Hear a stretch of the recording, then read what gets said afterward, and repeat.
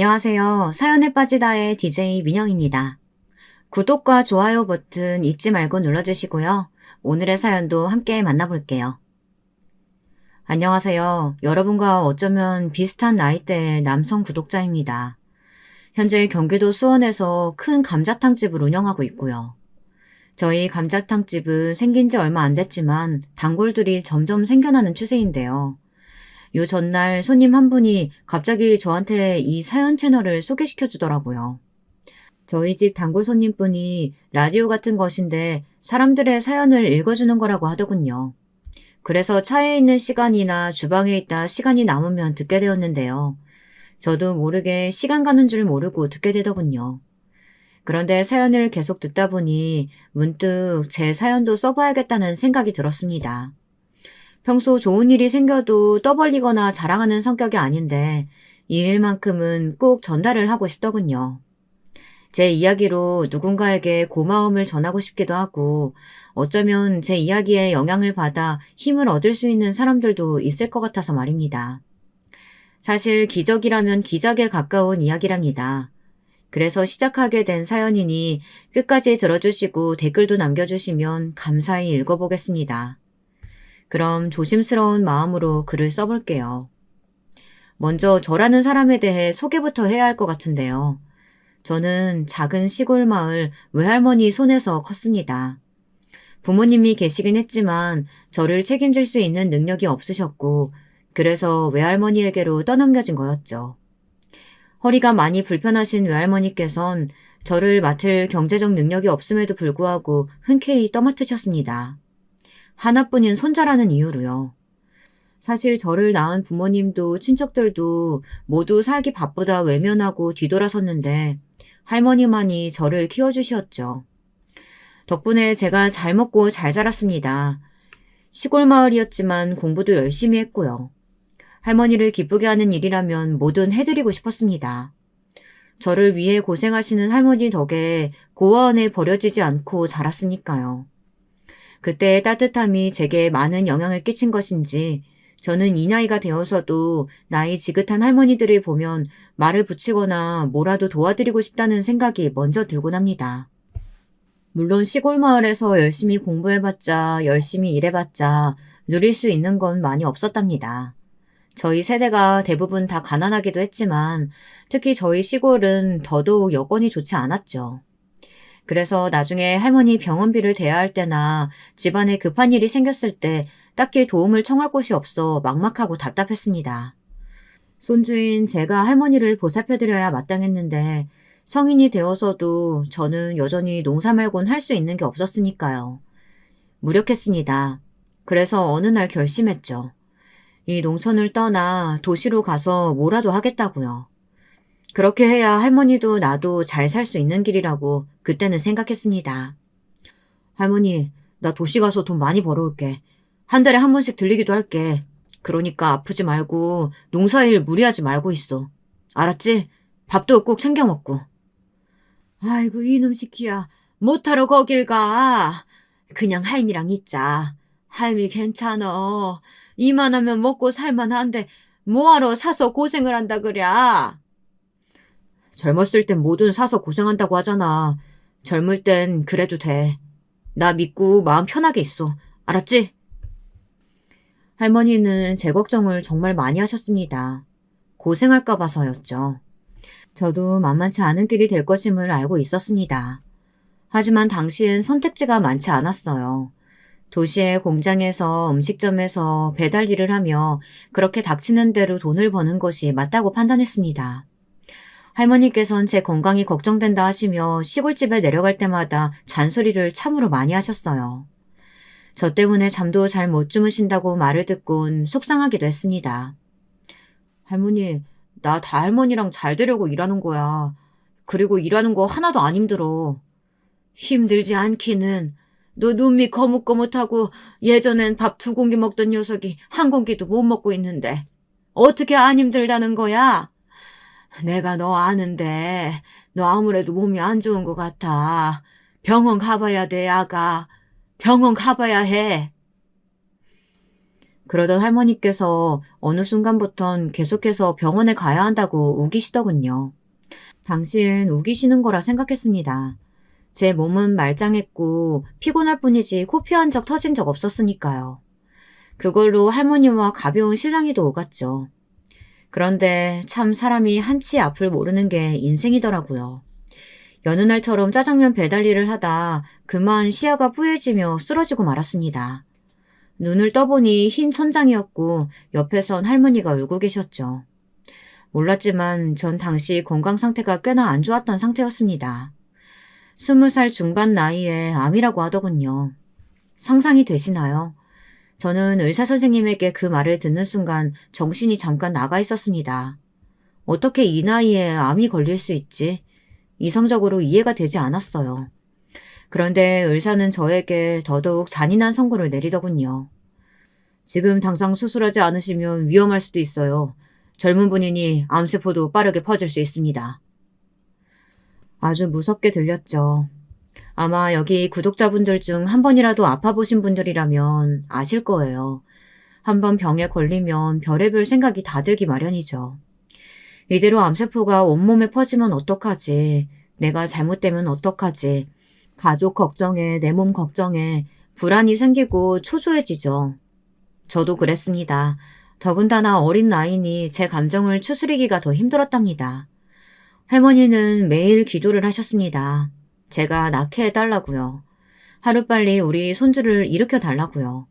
할머니가 그렇게 눈물로 기도하시는 모습은 생전 처음 보는 모습이었습니다. 할머니, 나 괜찮아. 나중에 항염치료를 받으며 버거운 가운데도 할머니 손을 꼭 잡아주었는데 할머니가 오열을 하시더군요. 갈 사람은 난데 왜 제가 아프냐고 당신께서 대신 아파주고 싶다고 말씀하시더군요. 그 말에 왈칵 눈물이 났습니다. 할머니가 아프면 내가 더 힘들지. 우리 할머니 나 때문에 얼마나 고생스럽게 살았는데 매일 폐지 줍고 시장통에 일하러 나가고 나 하나 학교 보내겠다고 얼마나 고생했는데. 할머니, 나는 괜찮아. 할머니가 아팠을 거 생각하면 내가 아픈 게 100번 나. 진심이었습니다. 할머니가 아프실 바엔 제가 아픈 게 100번, 1000번이고 나았죠. 할머니의 기도 덕분이었을까요? 다행히 저는 몸을 회복했습니다. 그리고 일도 나갈 수 있게 되었죠. 젊었기에 회복도 빨랐습니다. 일대 저는 병원 문을 나오면서 하늘이 저에게 두 번째 삶을 주었다고 생각이 들더라고요. 그리고 주어진 두 번째 삶은 결코 허투루 쓰고 싶지 않다고 생각했어요. 이 두 번째 삶은 기적과도 같은 삶이니 감사함을 갖고 전보다 더 치열하게 열심히 살고자 다짐했습니다. 또 그 시기 제게 인생 처음으로 할머니 외에 책임져야 할 한 여자도 생겼으니까요. 예상하셨겠지만 바로 제 아내였습니다. 아내는 저를 간호해주던 간호사였는데요. 성품이 참 좋은 여자였습니다. 특히 저희 할머니에게도 어찌나 친절하게 대해주었는지 몰라요. 병원 간호사들은 보통 자기 일을 하느라 바쁜데 아내만이 유독 제 건강 상태에 관심을 기울여주고 할머니를 보면 안부 인사를 건네주었죠. 그런 다정함과 따스함이 저를 사로잡았습니다. 그리고 결혼으로 이끌었습니다. 그런데 이때 예상치 못한 난관을 만나게 되었죠. 제가 한창 열심히 살기 위해 남들보다 2배로 월급을 주는 공장에 들어가 일을 하고 있을 적 아내가 먼저 말을 하더군요. 결혼을 하고 싶다고요. 사실 결혼에 대한 경제적 준비가 되어 있진 않았지만 옛날 시대엔 지금보다 훨씬 결혼 정년기가 빨랐어요. 그러니 저도 이왕 하게 될 결혼이라면 빨리 살림을 합치자 생각했습니다. 하지만 이것을 별로 좋지 않게 보신 분이 저희 장모님이셨죠. 연애할 때만 해도 몰랐었는데 아내의 집이 무척 잘 사는 집안이더군요. 장모님의 집에 인사드리기 위해 방문했을 때 깜짝 놀랐습니다. 장모님의 집이 거의 궁궐 수준으로 무척 부지가 넓은 전원주택이더라고요. 난 자기가 이렇게 좋은 집안에서 자랐는 줄 몰랐는데. 놀란 것은 둘째치고 집으로 들어가자 호랑이 같은 인상의 장모님과 2명의 오빠가 있었습니다. 아내에게 오빠가 2명 있었다는 사실은 알고 있었지만 저도 모르게 그 기세에 눌리게 되더라고요. 장모님은 저를 보자마자 사는 집안의 수준부터 모아놓은 돈까지 세세하게 물어보셨습니다. 그러더니 딱 한마디 하시더군요. 미안하지만 자네에게는 우리 딸 못 주겠네.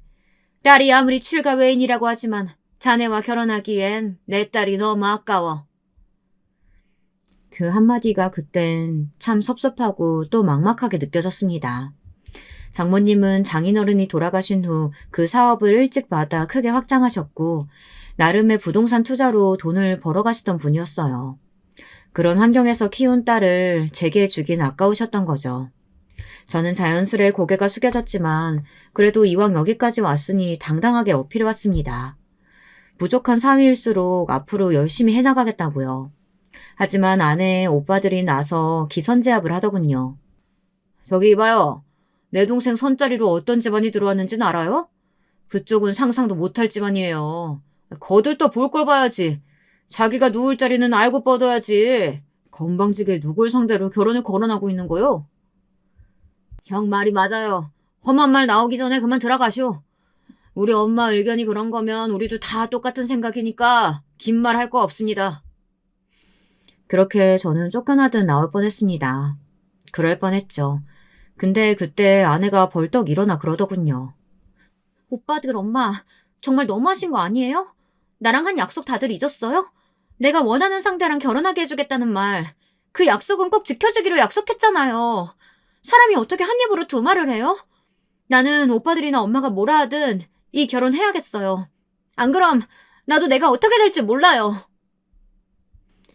아내가 씩씩거리며 기세 넘치게 소리 지르는 모습을 전 그때 처음 보았습니다. 아내는 결혼 전 장모님과 모종의 약속을 한 모양이었어요. 나중에 이유를 물어보니 자신은 어린 시절부터 사랑에 대한 로망이나 그런 것이 있었는데 혹여나 집안의 반대에 부딪혀 좌절할까봐 두려웠다고 하더군요. 원하던 사람과 결혼하는 게 꿈이었는데 그게 이루어지지 않으면 아내 입장에선 그것만한 비극이 없다고 했습니다.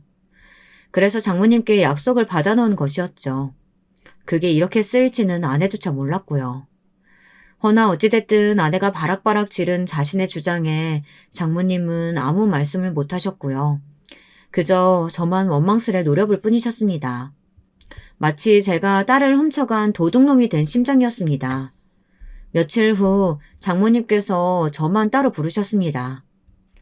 결혼은 허락하겠네. 대신 우리 딸에게 잘 해주게. 내가 두 눈 뜨고 지켜볼 거야? 네, 감사합니다, 장모님.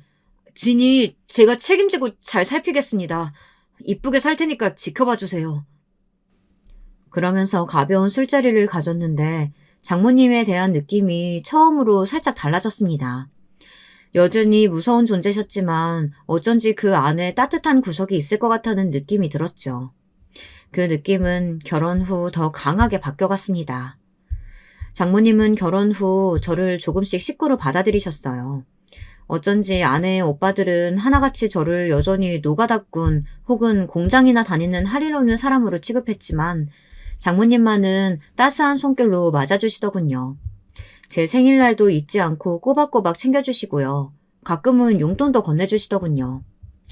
알고 보니 장모님은 한번 자기 식구가 되면 버리지 않고 그렇게 품어주시는 분이었습니다.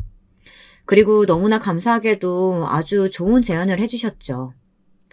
이보게, 내가 아는 지인이 회사를 하는데 일자리가 하나 났다고 하네. 거기 취직해서 일해보지 않겠나? 낙하산이긴 하지만 자네가 어떻게 하느냐에 따라 달려있으니까 열심히 하면 그만한 성과 따라오지 않겠어? 제가요? 아유, 감사합니다. 저한테 기회를 주실 줄은 몰랐는데 너무 감사합니다. 안 그래도 어떻게 살아야 하나 걱정이 많았는데 저 정말 열심히 하겠습니다. 그날 저에게 주신 제안은 정말 큰 제안이었습니다. 좋은 회사였고 이름만 들어도 아는 회사였는데 월급이나 복지가 후한 곳이었습니다. 아내도 기뻐했고 저야 뭐 더할 나위 없이 열심히 하겠다는 각오로 부지런히 일했죠. 그런데 제가 일을 잘해 성과를 인정받으며 위로 올라가는 듯 보이자 여기에 시기와 질투를 하는 사람들도 있더군요. 바로 절 처음부터 노가다꾼 취급하며 무시했던 아내의 두 오빠들이었습니다. 장모님 건강이 별로 좋지 않다 해서 과일이랑 건강식품을 사들고 갔더니 이러더군요. 외부는 요즘 양복 입고 다니더니 허영심이 들었나 보네? 갑자기 왜 집에 과일이며 이런 걸 갖다 줘? 돈이 남아 도나 봐? 아, 네? 형님, 돈이 남아 돈다기보다는 장모님께서 요즘 자주 아프시다고 하셔서요. 감기 떨어지시라고 드리는 겁니다. 우리 엄마 생각해서 주는 거라고? 글쎄, 난 그 말 그대로 믿기지 않는데? 우리 엄마한테 잘 보여서 행여나 뭐 더 얻어내려고 하는 건 아니고? 네? 아니, 제가 여기서 뭘 더... 됐어. 그냥 자네 위치나 잊지 마. 지금 그 자리도 우리 엄마가 마련해준 자리라는 거 잊지 말라고. 사람이 분수를 알아야 하는 법이거든. 당시 두 형님들은 같이 사업을 하고 있었는데 잘 풀리지 않아 자금이 부족하다고 들었습니다. 그것 때문에 장모님이 골머리를 앓고 계시다는 것도요. 그런데 괜히 제가 넉넉해 보이니 아내가 있는 자리에서도 저를 비웃고 깔보더라고요. 비천한 출신이 자기 집안에 들어와서 신분 상승했다는 등 감사해야 한다는 등 이런 말들을 하면서요. 어이가 없었죠. 우습기도 했고요. 질투하는 모양새를 보여봤자 더 한심해 보일 뿐이라는 걸 정작 모를까요? 이때 장모님께서는 형님들을 두고 저에게만 따로 하신 말씀이 있었습니다. 그 말씀이 참으로 공감되었죠. 내가 저 두 녀석들 보면 머리가 아프네. 어렸을 때부터 붙어 다니고 사고치고 다니더니만 이제 머리 컸다고 뭐 사업이니 뭐니 이런 일만 하며 저지르는데 실속은 하나도 없이 요람만 떠는 놈들이야. 제대로 사업해보려면 경험도 해보고 쓴맛도 봐야 하는데 전혀 그럴 생각도 없고 늘 머릿속엔 돈 쓸 궁리만 있지. 그러니 내가 안심할 수가 없어. 저 녀석들한테 언젠간 회사를 맡겨야 하는데. 네, 그러게요. 걱정이 많으시겠어요. 그래도 내 생각보다 진서방 자네와 진이가 잘 살아주니 난 일단 그것만으로도 고마울 따름이야. 내가 결혼 전에 너무 반대했던 걸로 혹시 마음 상했다면 용서해주게나. 자네가 넓은 마음으로 말이야. 아닙니다, 장모님. 충분히 그러실 수 있다고 생각합니다. 장모님의 따뜻한 말씀에 힘이 많이 났습니다. 그런데 저를 하나둘 챙겨주자 어느 날 일이 벌어지고 말았습니다. 저는 이 일로 다신 형님들과 대적하지 않기로 마음을 먹었고요. 장모님의 생신날 벌어진 일이었습니다. 저는 호텔을 예약해 놓았고 형님들과 함께 간단히 저녁 식사를 하기로 했습니다. 준비도 호텔 측에 부탁을 해놓았죠. 큰돈을 들이긴 했지만 어차피 장모님 덕에 얻은 것들이 많으니 전혀 아깝지 않았습니다. 근데 케이크 촛불을 불어야 할 시간에 형님들이란 작자가 예약한 호텔로 오지 않더군요. 연락이 아예 되지 않았습니다. 자정이 넘어서야 큰형님이 완전 엉망이 된 모습으로 집에 들어와선 다짜고짜 저에게 막말을 짓거리더군요. 제가 장모님에게 잘 보여서 회사를 넘겨받으려고 혈안이 됐다고요. 형님 진정하시고 일단 방으로 들어가세요. 너무 취하셨어요. 그리고 오늘 장모님 생신이었는데. 야, 만지지 마. 감히 니 따위가 누굴 만져? 이 총것이. 야, 너 같은 시골 촌놈들하고는 내가 겸상도 안 해. 알아? 너 우리 가족으로 받아줬다고 착각하지 마. 알았어? 너 같은 상놈들하고는 상대도 하기 싫으니까. 오빠, 대체 무슨 말을 하는 거야? 정말 내 남편한테 왜 이래? 가슴이 아팠습니다. 저도 모르게 울분이 솟구치더라고요. 아내도 화가 나 버럭 소리를 질렀고 장모님도 표정이 어두워지셨죠. 형님들이 저를 마음에 안 들어 한다는 건 알았어요. 하지만 이 정도인 줄은 몰랐기 때문입니다. 그런데 뒤이어 둘째 형님이 갑자기 장모님 앞에 있던 케이크 상자를 들더니 희죽거리며 제 얼굴에 그대로 던져버렸습니다. 야, 너는 이런 빵도 먹을 자격 없어. 욕심만 그득해서는. 에휴, 진이 너는 어쩌다 저런 철한 놈하고 결혼해가지고는 이사람을 만드냐? 케이크 상자를 맞은 아픔보다 작은 형님이 하는 말들이 더 비수가 되었습니다. 어떻게 한 가족이 된 사람에게 저런 말을 할 수 있을까요? 저는 그대로 그곳을 나왔고 아내가 울면서 저를 뒤따라왔죠. 그 후로 장모님은 내내 제게 미안해하셨습니다. 자신이 자식을 잘못 키워 절이 된 것이라면서 말입니다. 내가 아들이라고 싸고 돌지만 않았어도 저놈들이 저렇게까지 망나니는 안 됐을 텐데. 내가 진서방한테 너무 미안하구만. 볼 면목이 없네 그려. 아니에요, 장모님. 왜 추운데 여기까지 오셨어요? 제가 모셔다 드릴게요. 집으로 가세요. 장모님은 추운 한겨울날 저희 집까지 찾아와 사과의 말씀을 전하셨죠. 물론 장모님이 그러신다고 상처가 없어진다거나 기분이 나아지는 건 아니었어요. 하지만 저는 형님들을 불쌍한 사람들이라고 생각하기로 했습니다. 사업도 망해가고 상황도 안 좋아지니 누구라도 같이 끌어내리고 싶은데 그게 저였을 뿐이었으니까요. 나중에 형님들은 저에게 와서 사과를 하긴 했습니다. 장모님이 저에게 사과하지 않으면 돈줄이 끊긴다고 위협을 하셨나 봐요. 정말 울며 겨자 먹기로 사과를 하더군요. 그땐 내가 술에 취했어서. 그래도 이해하지? 원래 술 먹으면 사람이 약간 돌잖아. 내가 그날은 좀 심했어. 저는 아무 말도 하지 않았습니다. 부끄러운 줄 아세요. 이 한마디만 남기고 돌아섰죠. 그들이 정말 부끄러운 걸 알길 바랬습니다. 자기 상황이 안 좋다고 해서 다른 사람을 함께 비난하고 끌어내리는 게 얼마나 한심한 행동인지 알길 바랬어요. 그리고 저는 그 후 장모님의 회사 사원으로 들어가 일을 하게 되었습니다. 이건 역시 장모님의 요청에 따른 것이었어요. 물론 형님들은 좋아하지 않으셨지만 저는 장모님을 보조하며 열심히 일했습니다. 그런데 인생이 참 쉽지 않은 모양입니다. 이번엔 아내가 문제였습니다. 아내가 임신을 하고 한 번 유산을 경험한 뒤로는 임신이 잘 안 되더라고요. 사실 저는 아이에 대해 조급해하지 않았는데요. 아내는 20대 후반으로 갈수록 왜 자신에게 아이가 안 생기는지 불안해했습니다. 또래 친구들은 이미 아이를 낳고 키우고 있는데 자신만 혼자가 된 기분이라고 했습니다. 아내의 상태는 날이 갈수록 안 좋아졌죠. 제가 어떻게든 기분을 좋게 해주기 위해 드라이브를 가기도 하고 여행을 떠나기도 했지만 아내는 어쩐지 자기만의 세계에 갇힌 사람 같아 보였어요. 우울해 보였죠. 그러던 어느 날은 장모님에게 전화를 해 엉엉 울기도 했는데요. 엄마, 불안해 미치겠어. 왜 이렇게 아기가 안 생기지? 보통은 생겨야 하잖아. 이맘때쯤은 다 생기고도 남을 시기인데 설마 나한테 아기가 안 오는 명인가? 그럼 나 어떡해? 아내는 가정에 대한 꿈, 소망 이런 것들이 큰 사람이었습니다.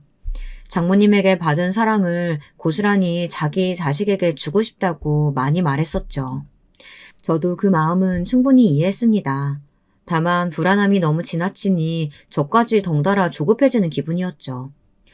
진이야, 원래 아기는 때 되면 하늘에서 주시는 거야. 네가 그럴수록 몸은 스트레스 받고 아기는 더 안 생길 거야. 그러니까 차분히 기다리자. 그러다 며칠간 안 되겠다 싶었는지 장모님이 저희 집에 상주하시며 아내를 달래주시기도 하였어요. 저희 외할머니 또한 아내를 예쁘게 보셔서 아내가 이런 고통을 앓고 있을 때 좋은 말씀들을 많이 해주시려고 했는데요. 외할머니는 손주 며느리가 너무 이쁘다며 아내 이야기만 해도 활짝 웃으시는 분이셨습니다. 그런 외할머니니 아기가 안 생기는 게 가엾다며 자신이 대신 열심히 성당에 나가 기도를 하고 있다고 말씀하시곤 했네요. 아내는 차차 위안을 얻고 조금씩 진정되는 김이었습니다. 그런데 그러던 어느 날 기어이 그 일이 일어나고야 말았죠. 급하게 장모님이 저를 찾으시더군요. 평소 장모님이 저를 부르시는 일은 있어도 찾아오시는 일은 없었는데 다급히 찾으시더니 눈물을 쏟으시는 겁니다. 우리 애가 글쎄 지금 병원에.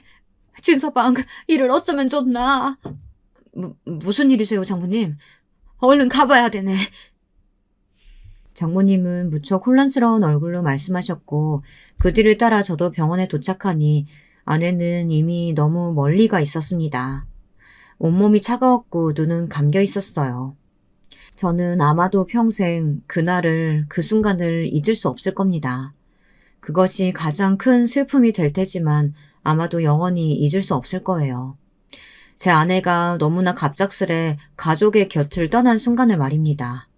그리고 아내에게 미안한 것이 있다면 29살의 젊은 아내가 세상을 떠났을 당시 마음 상태가 좋지 않았다는 것입니다. 행복만 해도 모자랄 나이에 아내는 임신 문제로 다분히 힘들어하고 있었으니까요. 그것이 제 탓은 아니지만 저는 죄스러움을 느꼈습니다. 제가 조금만 더 아내를 행복하게 해줄 수 있었다면 좋았을 텐데 정말 오랜 시간 동안 그것이 제 탓같이 느껴졌어요. 그리고 아내의 장례식 날 저는 아내를 보내며 아이처럼 엉엉 오열했습니다. 그날은 그 누가 저를 위로해도 들리지 않은 날이었어요. 아내의 유품을 정리하면선 아이에 대한 열망, 저에 대한 사랑, 장모님에 대한 애틋함 이런 것들을 느낄 수 있었는데요. 특히 아내의 일기장을 보면서 장모님과 아내가 보낸 어린 시절 이야기를 통해 얼마나 끈끈한 관계로 지내왔는지, 아내가 장모님을 얼마나 사랑하는지 알 수 있었습니다. 아버지를 잃고 방황하던 아내에게 장모님은 늘 엄마, 아빠, 양부모의 역할을 다 해주려 했고 그 역할을 무척이나 훌륭하게 소화해낸 엄마였죠. 아직도 제게 남아있는 난 엄마가 그 누구보다 자랑스럽다. 아내의 일기장에 있는 이 구절은 잊히지 않는 구절입니다. 전 그때 어떤 결심을 한 것 같습니다. 아내를 사랑한 만큼 장모님에게도 남은 시간 잘해드려야겠다는 결심을요. 아내가 제게 주었던 사랑은 장모님에게서 배운 것이었어요. 장모님 또한 저를 가족의 일원으로 받아주셨으니까요. 장모님도 아내가 떠나시고 저를 많이 의지했습니다. 아마 서로 의지를 많이 했던 것 같습니다. 장모님을 만나 뵈면 아내가 생각나 괴롭기도 하지만 아내와의 소중한 추억을 공유할 수 있는 사람도 장모님 뿐이었으니까요. 게다가 장모님으로선 자식을 잃은 거니 얼마나 충격이 크셨겠나요. 물론 저도 남편이니 마음이 힘들긴 하지만 저보다 오랜 세월 아내를 봐왔을 장모님의 심정은 가히 상상이 안 되더라고요. 장모님은 처음엔 그럭저럭 버티시는 것 같더니 갈수록 시름시름 앓기 시작하셨습니다.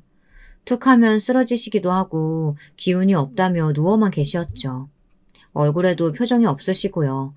에너지가 넘치던 분이 표정이 없어지셨어요.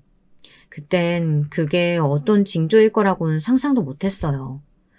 장모님, 기운 내셔야죠. 요즘 전보다 더 자주 아프신 것 같아요. 병원에 가보시는 게 어때요? 저도 예전에 별거 아닌 거라고 생각하고 넘겼는데 병원에 가서 안 좋은 말을 들은 적이 있어서요. 장모님도 아시죠? 병원 한번 가봐요, 우리. 결국은 이대로 냅둬선 안 되겠다 싶어 장모님을 끌고 힘겹게 병원에 갔는데요. 청천벽력 같은 말을 듣고 말았습니다. 지금 상태로 보아선 파킨슨병 같습니다. 전혀 준비가 되지 않은 상태라 너무나 아찔했습니다. 요즘에야 인터넷이 발달해서 어떤 병인지 검색만 해도 알 수 있지만 그땐 정보도 없어 어떤 병인지 수명에 영향을 얼마나 끼치는지 등등 캐물어야 했습니다. 여러분도 파킨슨병을 아시나요? 혹시나 모르시는 분들을 위해 말씀드리면 근육이 굳고 움직임이 느려지고 완치가 불가능한 병입니다. 모든 병이 그렇겠지만 완치가 힘들다는 점에서 환자에게도 지켜보는 가족에게도 고통을 주는 병이죠. 거기다 의사에게 듣는 것만으로도 막막했는데 애석하게도 장모님은 이미 상태가 나빠지신 후에 방문한 것이었어요. 제가 이 소식을 두 형님들에게 전하자 형님들도 병원으로 달려오셨어요. 첫마디가 죽을 병은 아니니 관리하면 된다 이 말이었습니다. 그러면서 자신이 엄마를 모시겠다며 둘이 서로 싸우더군요. 정작 장모님은 그 어느 곳에도 맡겨지고 싶지 않아 하셨는데 말입니다. 형은 지금껏 엄마한테 관심도 없다가 왜 나대? 엄마 회사 때문에 그러지? 너야말로 나대지 말고 비켜 이 자식아. 왜 갑자기 착한 척이냐?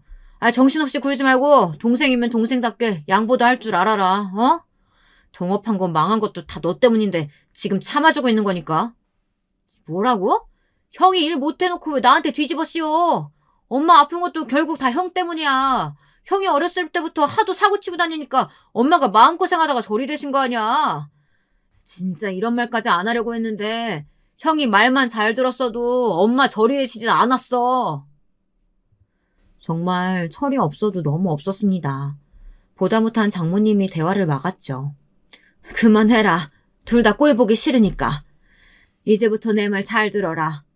일단은 아직 내가 몸이 성하니 내가 회사 운영은 할 거야. 몸이 안 좋아지고 그때 되면 니들한테 넘길 테니 그렇게 알아라. 더는 말 보탤 거 없다. 장모님이 일단은 회사 운영을 이어가시겠다 선언하시며 형님들은 물러났습니다. 다행이었죠. 그런데 생각보다 장모님 상태가 빠르게 악화되어 갔습니다. 한 달 사이 급격히 변해갔습니다. 최대한 규칙적인 식사를 하고 운동도 하시며 어떻게든 이겨내 보시려고 했지만 자꾸 더 걸음이 느려지시고 식사 시간도 길어지셨습니다. 거기다 소화불량도 심각하셔서 음식을 제대로 삼키지도 못하셨죠. 시간이 지날수록 기억력도 깜빡깜빡 하시고 집중력도 상당히 낮아지신다고 하더군요. 아무래도 일 보는 게 힘들어. 비서가 한 번 얘기해줘도 두 번, 세 번을 물어야 겨우 기억하고 일 처리하는 것도 힘들고 문서 하나 보려면 예전엔 10분이면 봤던 걸 이제는 2시간은 봐야 되니 나도 답답하구만. 일을 어쩌면 좋을지. 이젠 안 될 것 같아. 이대로 내가 회사에 있다간 피해만 끼칠 거야. 어쩌실 생각이세요? 아들에게 넘겨야지. 그놈들이 잘할런진 모르겠지만 일단은 의욕은 있으니. 장모님은 형님들에게 일단은 맡겨보시겠다고 했습니다. 본인이 계속 이어가고 싶어 하셨지만 일단은 제게 많이 도와달라 부탁하면서 맡기신 거였죠. 돈과 명성에 혈안이 되어있던 형님들이야 너무나 좋아했습니다. 드디어 CEO 자리에 올랐다며 호언장담을 했답니다. 여러분 어떻게 됐을 것 같나요? 저는 시작부터 불안했습니다. 과연 장모님이 일구신 회사를 형님들이 잘 이끌어 나갈 수 있을지. 그런데 역시나 시간이 갈수록 형님들은 점점 회사에 나오지 않았고 일을 밀어나갔습니다. 제가 결제를 재촉해도 뭐 때문에 바쁘다는 등 핑계를 대었고요. 아, 그런 건 자네가 좀 알아서 해라. 내가 그것까지 맡아서 해야 되나? 형님이 그래도 책임자시니. 아, 지겨워. 그놈의 책임자. 일을 유도리 있게 해야지. 자네는 그런 면에서 센스가 부족해도 너무 부족해. 에휴, 알아서 사인하고 넘겨. 우리 엄마한테 또 이러지 말고. 결국 회사 일은 제가 처리하게 되었죠. 그리고 이뿐만이 아니라 여기서 상당히 역겨웠던 점이 있었는데요. 바로 형님에 이어 형님의 아내란 사람들 모두, 그러니까 형님 부부 모두 장모님을 맡을 생각이 없었다는 겁니다. 장모님은 은근슬쩍 형님들이 자기를 모시진 않아도 보러 와줄 거라고 기대를 하셨지만 코빼기도 비추질 않았어요. 형님, 혹시 오늘 오실 수 있으세요? 네, 장모님 집으로요. 아, 오늘은 내가 저기 그 회사 일 때문에 바쁜데 자네가 좀 대신 가주면 안 되나? 저는 이미 여기 있는데 장모님이 보고 싶어 하셔서요.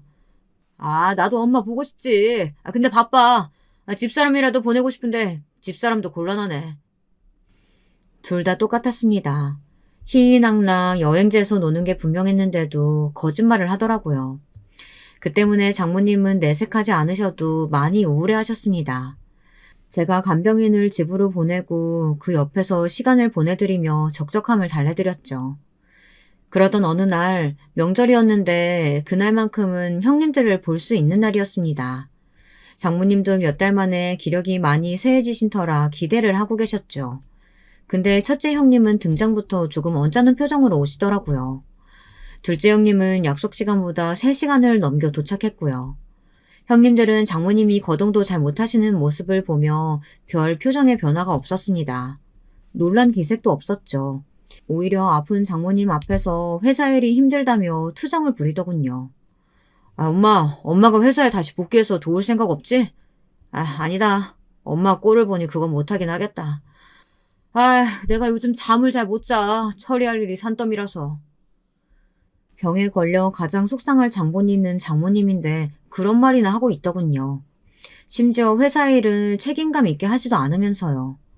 열받아 한마디 하려는데 역시나 언짢으셨던 장모님이 불효령을 내리셨습니다.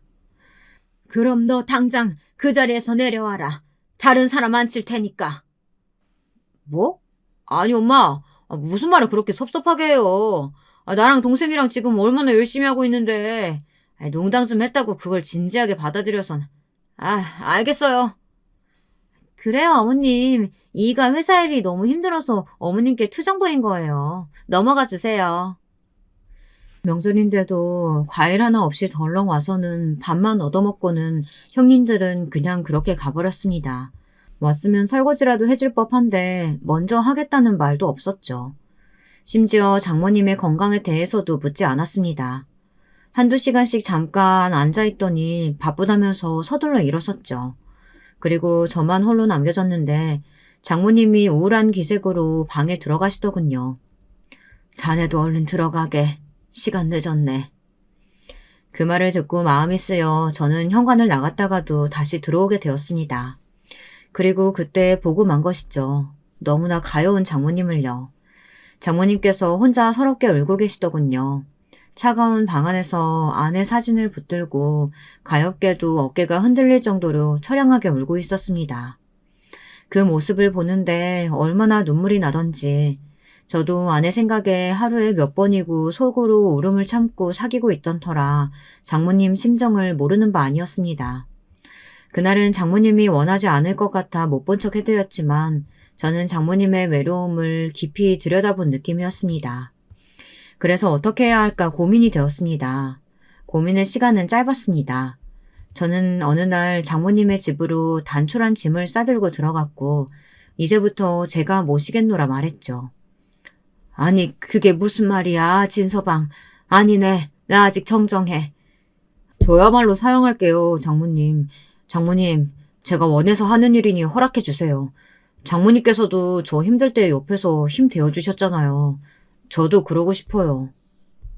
제 말이 끝나자마자 장모님의 눈에 눈물이 글썽였습니다. 옛날 같았으면 엄한 목소리로 그럴 필요 없다 다그치셨겠지만 그간 많이 약해지셨는지 고맙다고 기어들어가는 목소리로 그러시더군요. 고마울 거 하나 없어요. 장모님, 이제부터 우리 행복하게 잘 살아봐요. 전 씩씩하게 웃으며 제 짐을 정리했고 아내가 자곤 했던 침대에 몸을 눕혀 잠시 아내 생각을 했습니다.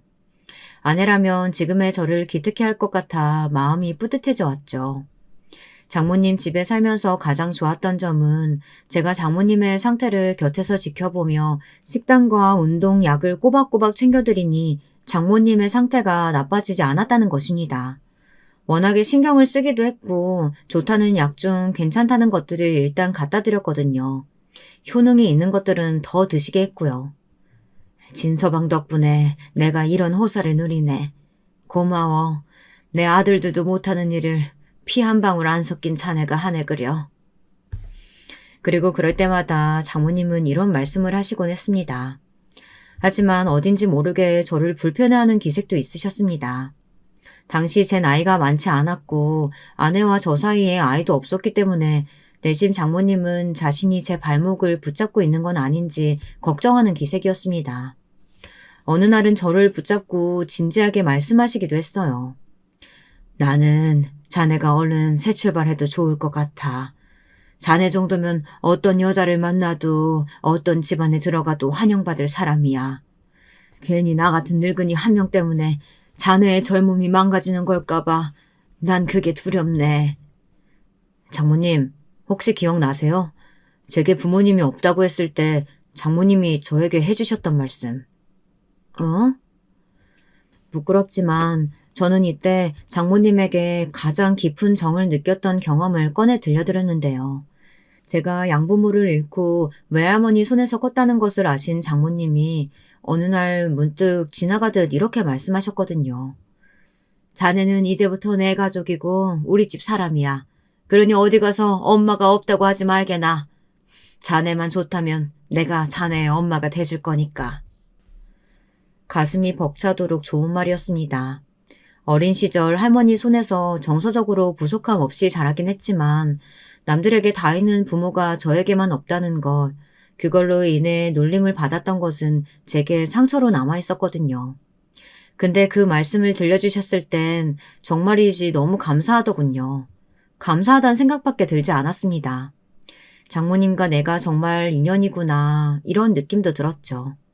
그래서 전 그 이야기를 들려드리며 장모님, 제가 장모님의 가족이라고 하셨잖아요. 그럼 제가 장모님 아들인 거잖아요. 셋째 아들. 맞죠? 넉살 좋게 웃자 장모님의 눈에 또다시 눈물이 맺혔네요. 그 이후 저는 장모님의 건강을 챙기며 10년간 함께 살을 맞대고 부딪히며 끈끈하게 가족으로 살아갔습니다. 형님들에게도 삶의 변화라면 변화가 있었는데요. 첫째 형님께서 한 번 이혼을 했다 새로운 여자를 들이시고 둘째 형님께서도 역시 똑같은 경험을 하셨습니다. 여전히 장모님에겐 관심이 없었고요. 그런데 그 사이 더 큰 일이 터지고 말았답니다. 제가 막았어야 했지만 막지 못한 일이기도 합니다.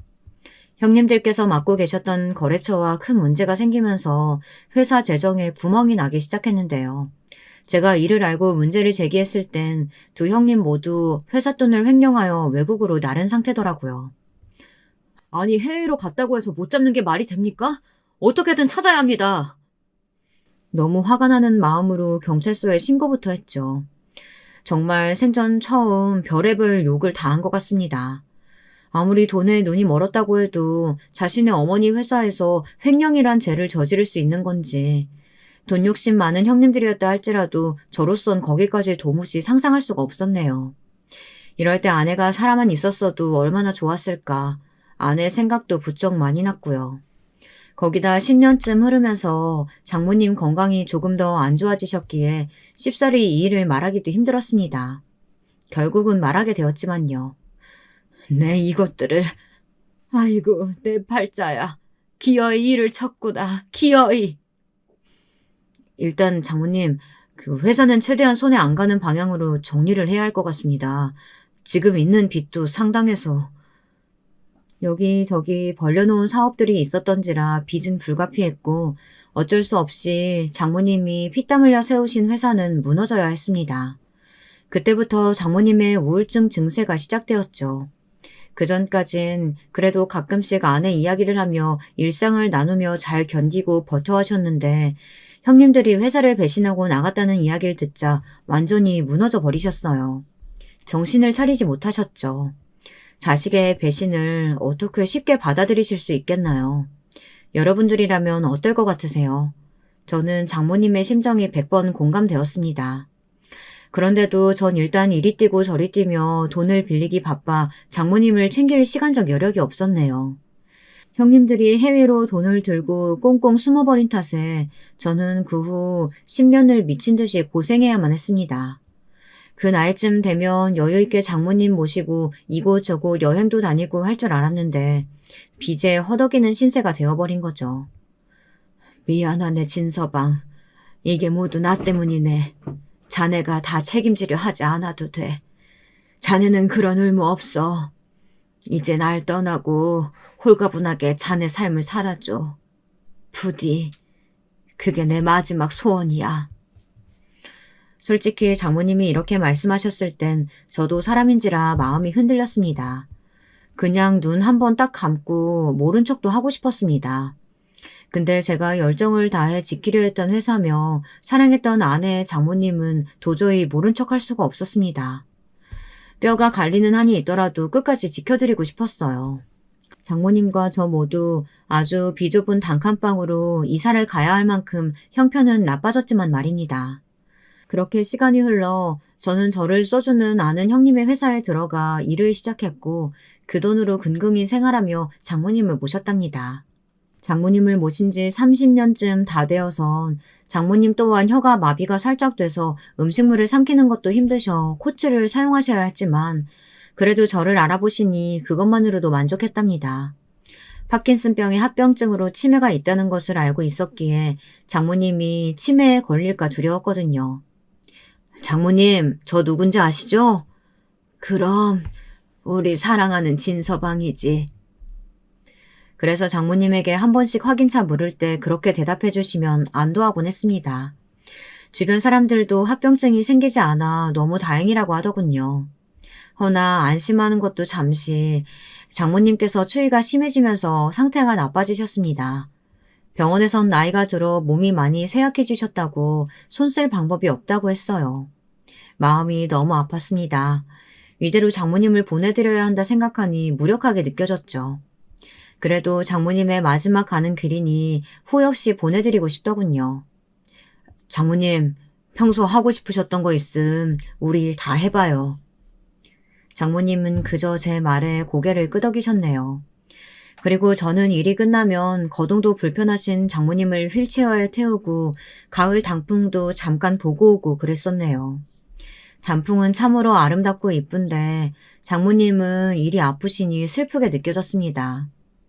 그럼에도 장모님은 아내를 보러 갈 시간이 다가오니 슬프지 않다며 저를 담담히 위로해 주시곤 했습니다. 나는 괜찮아, 진서방. 내 걱정은 말고 내가 하늘 가면 우리 진이도 보고 자네도 지켜보고 있을 테니까 자네는 하고 싶은 거 다 누리고 천천히, 아주 천천히 올라와. 네, 장모님, 그럴게요. 그런데 인생이 참 너무한 게요. 장모님과 오순도순 보내고 있을 적 그 연놈들이 돌아왔더군요. 여기서 그 연놈들이라고 하면 누군지 아시겠나요? 네, 형님들과 그들의 안사람들이요. 그 사람들은 시간이 꽤 많이 흘러 모든 게 괜찮아졌다고 생각한 건지 다짜고짜 흥신소를 고용해 저와 장모님의 거처를 찾아냈더군요. 당신들이 사람들이야? 이 페루나 같은 것들아. 내가 니들 찾으려고 얼마나 개고생했는지 알아? 시간이 오래 지났으니 횡령죄 같은 건 까맣게 잊고 있었는지 뻔뻔하게 구는 형님들을 저는 용서할 수가 없었습니다. 이성을 잃고 눈에 닥치는 대로 뭐든 집어들었네요. 근데 갑자기 큰형님이 무릎을 꿇더군요. 민망스럽지만 엄마, 나 사실 큰 결심하고 왔어요. 내가 엄마 자식이니까 이제부터 엄마 모시고 살게요. 사이한테 맡기지 말고요. 나 엄마 회사 그렇게 말아먹고 해외 도피한 거 엄청 반성하고 후회했어요. 그러니까 내가 빚 갚게 해줘요. 네? 자식도 생기고 하니 엄마 마음 이제 알겠어요. 저도요. 엄마 용서해주세요. 정말 죄송합니다. 두 형님들은 눈물을 흘리며 계속해서 빌더군요. 저는 악마의 눈물이라고 생각했습니다. 믿고 싶지 않았죠. 근데 여기서 장모님이 저를 막으시더니 조용히 대화를 하고 싶다고 하더군요. 그러면서 형님들과 셋이 있게 해달라고 하셨습니다. 저는 장모님의 침착함에 당황했고 그렇다면 저라도 옆에 있겠다고 했지만 장모님은 고개를 저었어요. 진서방, 얘네들이 이렇게까지 하는데 나도 떠나는 마당에 아들 등지고 싶진 않네. 결국 사위보단 아들이었던 건가 싶어 섭섭한 마음도 들고 걱정도 되었지만 장모님은 형님들의 거처로 향하셨고 저에게 전화로 며칠만 여기 있겠다고 하셨습니다. 시간이 갈수록 저는 너무 걱정되었지만 장모님 말에 일단은 기다리고 있었죠. 그러다 이내 며칠 안 되어 소식을 듣고 말았습니다. 장모님의 비보를요. 저는 곧바로 형님들의 멱살을 잡고 말았습니다. 형님들과 있다 돌아가시게 된 것이 아무래도 수상했으니까요. 당장이라도 경찰에 알릴 작정이었죠. 그런데 제가 처벌을 요구하지 않아도 형님들의 두 손에 수갑이 채워지더군요. 제목은 여러 가지였습니다. 그 후 장모님의 장례식을 치르고 허망한 눈으로 누워있는데 꿈에 아내가 등장했습니다. 아내가 등장한 건 드물게 있는 일이었어요. 사실 마음이 힘들 때마다 아내가 나와주길 바라곤 했지만 아내는 잘 나타나지 않았거든요. 근데 그날 밤 아내는 떠나기 직전 아주 젊고 예쁜 모습으로 등장해 저의 손을 잡고 산길을 걷고 있었습니다. 저를 보고 환히 웃어주는데 눈물이 맺힐 뻔했죠. 한참을 걷고 있던 중 아내는 갑자기 저를 돌아보며 아리송한 말을 남기더군요. 여보, 오늘 우리 엄마가 내 곁으로 왔네. 그동안 나 대신 우리 엄마 돌봐주느라 힘들었지?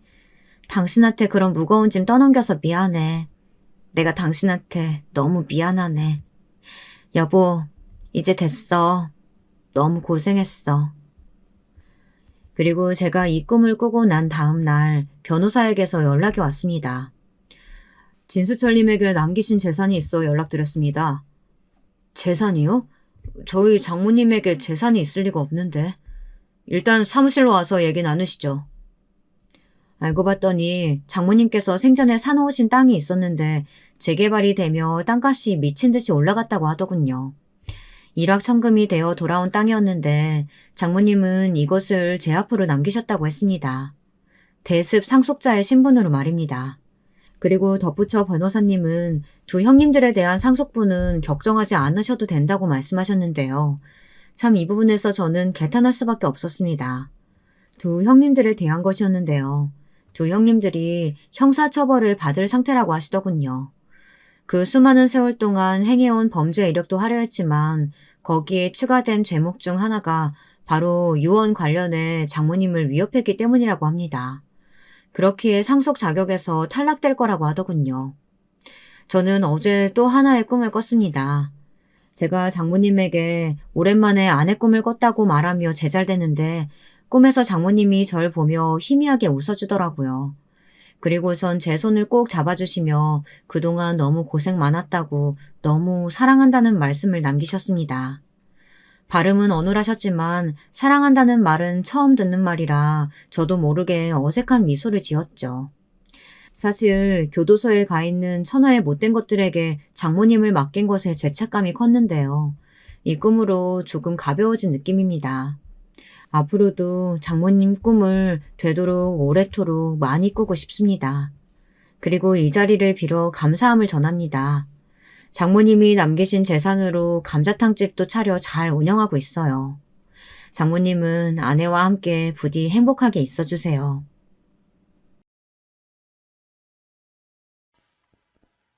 여러분, 두 번째 사연 시작하기 전에 좋아요와 구독 꼭 눌러주실 거죠? 그럼 두 번째 사연 바로 시작합니다. 안녕하세요. 저는 막 40대가 된 여성입니다. 먼저 저의 어린 시절에 대해 말씀을 드리자면 전 바닷가가 있는 큰 도시에서 자랐습니다. 아버지는 해산물 시장에서 일을 하셨어요. 성실하셨기 때문에 아버지의 장사는 제법 잘 되었다고 합니다. 저희가 살던 도시가 워낙 해산물로 유명한 지역이기도 했고요. 아버지는 해산물 장사를 하시다가 어묵 공장을 차리셨어요. 어묵을 찾는 수요가 늘면서 공장은 잘 되어갔죠. 이런 집에서 1남 2녀 중 막내로 태어난 저는 아버지의 덕분으로 유복하게 어린 시절을 보냈습니다. 크게 부족한 것이 없었고 그저 달리기 하는 것을 좋아하는 말괄량이 소녀였죠. 어린 시절 매일 하라는 공부는 하지 않고 아버지 공장으로 놀러 갔는데 저는 공부보다 뭔가 공장 돌아가는 것을 보는 것이 재미있었어요. 많은 생선의 살들이 여러 과정을 거쳐 제가 좋아하는 맛있는 어묵튀김으로 변하는 것이 너무나 신기했거든요. 아버지도 재미있어하는 저를 굳이 오지 말라고 말리지 않으셨죠. 그리고 항상 퇴근하시는 길에 졸래졸래 따라가는 저에게 제일 큰 어묵 하나를 먹으라고 쥐어주시곤 했어요. 그 어묵은 아버지가 손수 방금 튀긴 것이었어요. 그렇게 아버지와 함께 저녁 노을을 보며 집으로 돌아오면 항상 어머니는 맛있는 반찬을 한 상 가득 차려놓고 아버지와 저를 기다리고 계셨죠. 고등학교를 졸업하고 저는 당연히 대학을 진학하는 오빠와 언니 뒤를 따르지 않고 아버지께 공장에서 일을 배워보고 싶다고 말씀드렸어요. 대학이야 필요하면 나중에 갈 테니 우선 어묵을 만드는 방법을 배우고 싶다고 말이죠. 그때는 왜 그랬는지 공장 직원분들과도 너무 친하고 그래서였는지 대학을 가는 것보단 공장에서 어묵을 만들며 아버지를 돕고 싶더라고요. 당연히 아버지는 무슨 소리냐며 처음에는 역정을 내셨지만 저는 고집을 부렸습니다. 어묵 만드는 것 좀 배워보고 그냥 월급 많이 안 주셔도 되니까 재미삼아 왔다 갔다 하겠다고요. 그렇게 저는 얼른 대학 가고 좋은 집에 시집 가야지 라는 소리를 귓등으로 들으면서 20살부터 공장으로 출근을 했습니다. 아침에 출근을 해서 그날 쓸 기름도 체크하고 어묵을 찍어낼 틀 같은 것들도 살펴보면서 저는 그렇게 생선살과 함께 하루 7시간 이상을 공장에서 보냈습니다. 당연히 어머니는 꽃 같은 20대의 나이에 왜 저러냐고 안타까워하시기도 하고 저에게 화를 내시기도 했지만 저는 정말 그게 좋았어요. 빨리 대학 가고 좋은 집으로 시집 가는 게 여자 인생에서 제일 가는 길이라는 소리를 귀에 못이 박히게 하셨지만 그래도 부모님은 대학 가기 전 잠깐만 공장 일을 하겠다는 제 고집을 꺾지 못하셨습니다. 저는 공장이 돌아가는 것을 보면서 어떻게 하면 공장이 잘 돌아갈지 생각하는 것이 재미있었어요. 그리고 비로소 오빠가 공부하는 경영학이라는 것이 뭔지 알 수 있었죠. 경영은 바로 그런 공부였어요. 저는 뒤늦게 경영을 배워야 하겠다는 결론을 내렸습니다. 생각보다 저는 야심이 있는 사람이었어요. 전 서울이 아니라 미국을 가고 싶었습니다. 미국에서 경영으로 유명한 대학이 어디인지 필사적으로 찾았어요. 그리고 SAT 준비를 시작했죠. 영어는 제법 자신이 있었지만 미국 대학을 가기란 만만하지가 않았어요. 그리고 보통 한국에서 대학을 다니고 나서 유학을 가는데 저처럼 고등학교 졸업 후 바로 유학을 준비하는 경우가 흔치 않아서 정말 많은 우여곡절을 겪게 되었습니다. 그러나 몇 년간 노력을 한 결과로 저는 드디어 미국의 한 대학에서 경영학을 공부하게 되었어요. 바로 세계적인 명문인 뉴욕대였죠. 뉴욕대를 가서 뉴욕 생활을 하니 한국에서와는 다른 별 세계였어요. 이런 세상도 있구나 하면서 더 큰 세상에 눈을 떴던 것 같아요. 유명한 교수님께서 자신의 프로젝트에 제 이름을 올려주는 큰 기회를 얻기도 하고 정말 많은 것을 배웠습니다. 그렇게 미국에서 대학생으로 새로운 세상을 만나고 지낸 지 3년쯤 되던 해였습니다. 갑자기 아버지가 위독하다는 소식이 들려왔어요. 전화기 너머로 엄마가 울면서 말했죠. 제가 미국으로 떠나기 직전 건강검진에서 췌장암인 것을 알았는데 오래 공부해서 미국 가는 애 발목 잡지 말라고 아버지가 알리지 않으셨다고요.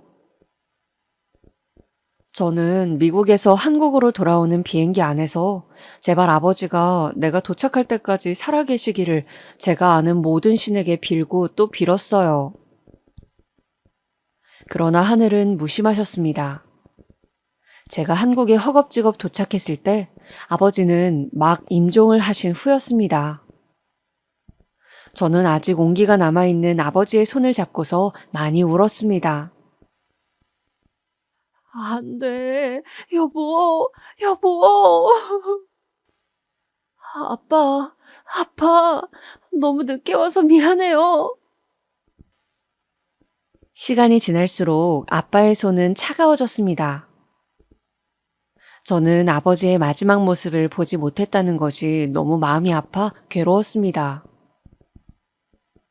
그 후 정신없이 장례식을 치르고 저는 미국으로 돌아가지 않고 두문불출했습니다. 정말 당장 다음 날 하루를 어떻게 보내야 할지 머릿속이 하얗게 되어 아무것도 떠오르지 않을 정도로 고통스러웠으니까요. 미국까지 가서 경영학을 공부하려고 마음을 먹은 것은 바로 아빠의 인정을 받고 싶은 마음 때문이었는데 아빠와 함께 어묵 공장을 잘 운영해보고 싶은 마음이 컸는데 이제 내 인생에 남은 것은 무엇일까? 그런 생각들로 채워진 날들이었습니다. 어떤 날은 못 먹는 술을 마셔보기도 하고 단순 노동을 해보기도 했어요.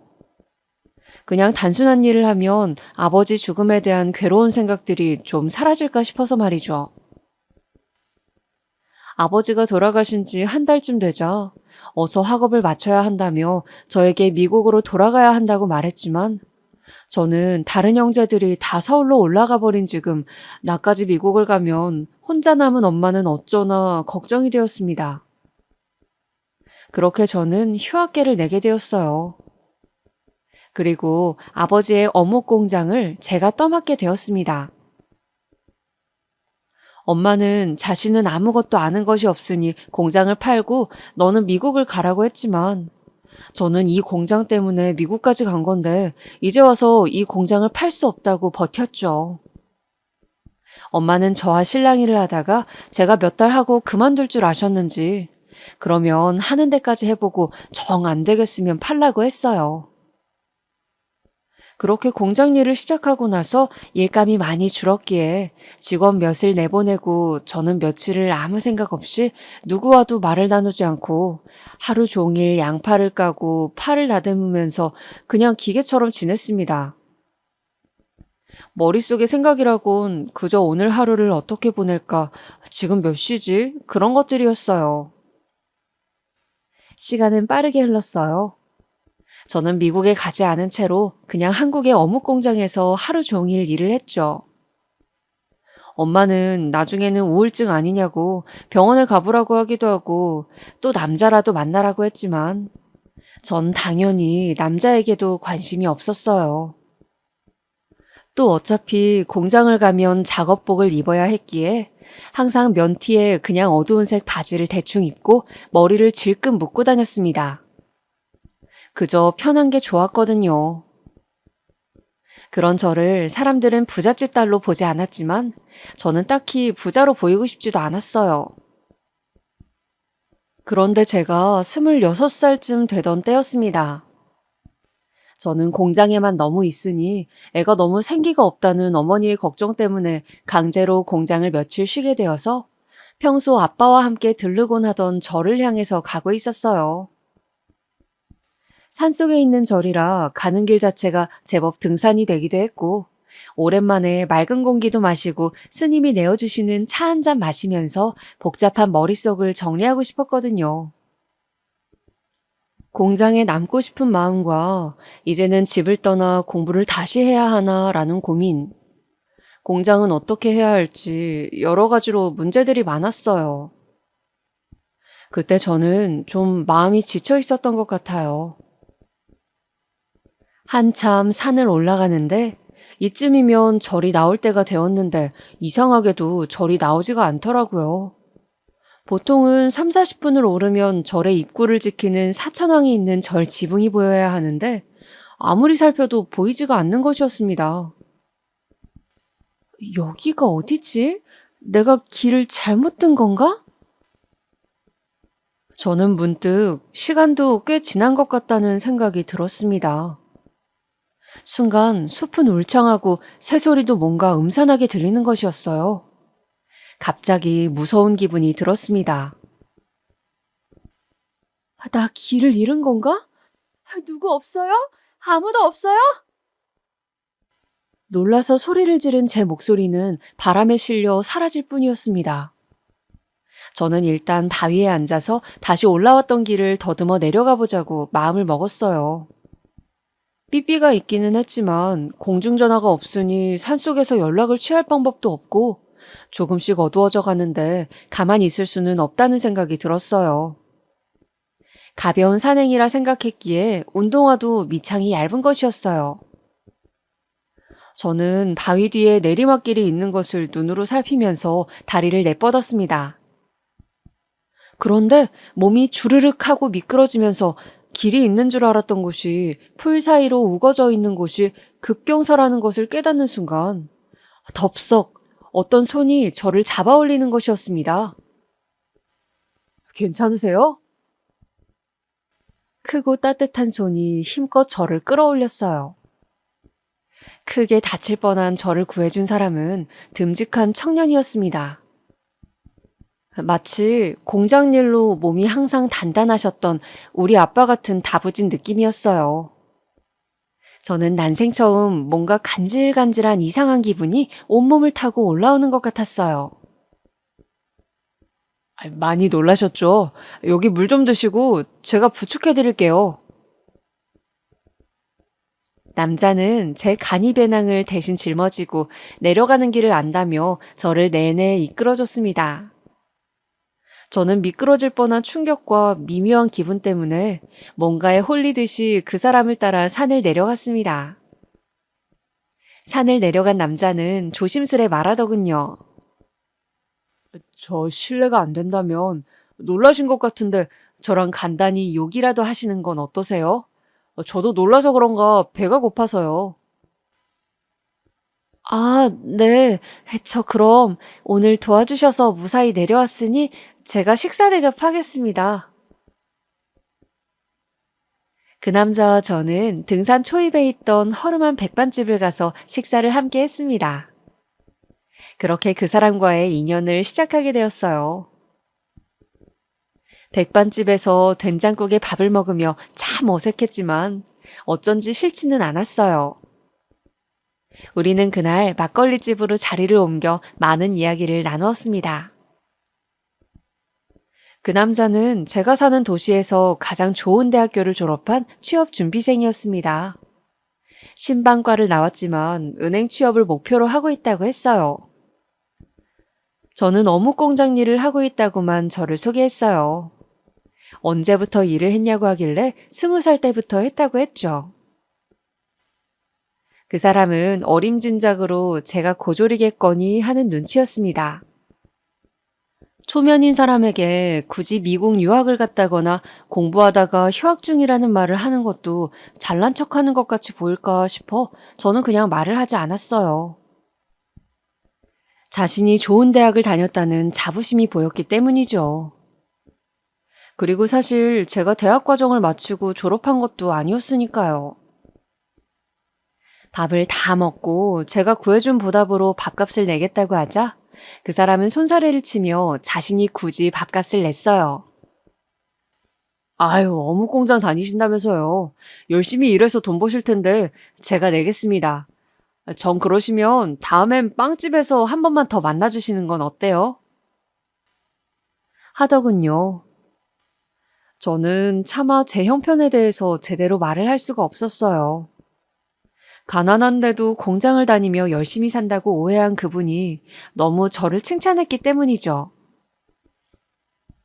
그 후 그분의 말대로 빵집에서도 한번 만나고 같이 도서관도 가고 하다 보니 어느새 만남의 횟수는 쌓여갔습니다. 옛말에 남녀가 붙어 있으면 결국 정분이 난다더니 그렇게 우리는 만난 지 6개월 만에 자연스럽게 연인이 되었어요. 물론 연애를 시작하고 나서도 남자친구가 오해하고 있는 우리 집 형편이라든가 미국의 대학 이야기는 말하지 못했습니다. 뭐랄까 말할 타이밍을 놓쳤다고나 할까요? 이제 와서 맨날 저한테 대학 가면 이렇다 저렇다 하며 대학 자랑을 하는데 미국에서 대학을 다녔다고 차마 말을 할 수가 없었어요. 그저 이 순간만큼은 이 사람과 즐겁게 보내고 싶다는 마음이었습니다. 그리고 사실 마음 한켠에는 사람이 중요하지 뭐 대학을 갔냐 안 갔냐 그런 게 중요한가 싶은 생각도 있었어요. 저는 가수 서태지를 무척 좋아했는데 서태지가 실업계 고등학교 출신이지만 큰 성공을 거두는 것을 보고 대학에 대한 고정관념이 많이 바뀌어 있었거든요. 남자친구는 한 번씩 저를 대포집에 데려가 술 한 잔을 권하면서 어려운 정치 이야기들을 하기도 하고 또 가난한 자신의 처지를 비관하기도 하더군요. 저는 저를 좋아한다고 말하면서도 아무것도 해줄 수 없다고 슬퍼하는 그 사람에게 어느덧 마음을 많이 주고 있었습니다. 좀 측은지심 같은 것도 있었던 것 같고 또 항상 자신의 삶에 대해 고민하는 모습이 굉장히 호감도 갔던 것 같아요. 그 사람은 오남매 중 차남으로 형보다 공부를 잘해 집안을 세울 기둥이라고 기대를 한 몸에 받고 있다고 했어요. 제가 살던 대도시 근처의 작은 시골 동네 출신인데 아직도 동네에서 제일 공부 잘한 아들 뒀다고 사람들이 부러워해서 부모님께서 자랑스러워 하신다며 자신은 꼭 은행에 붙어야 한다고 말했습니다.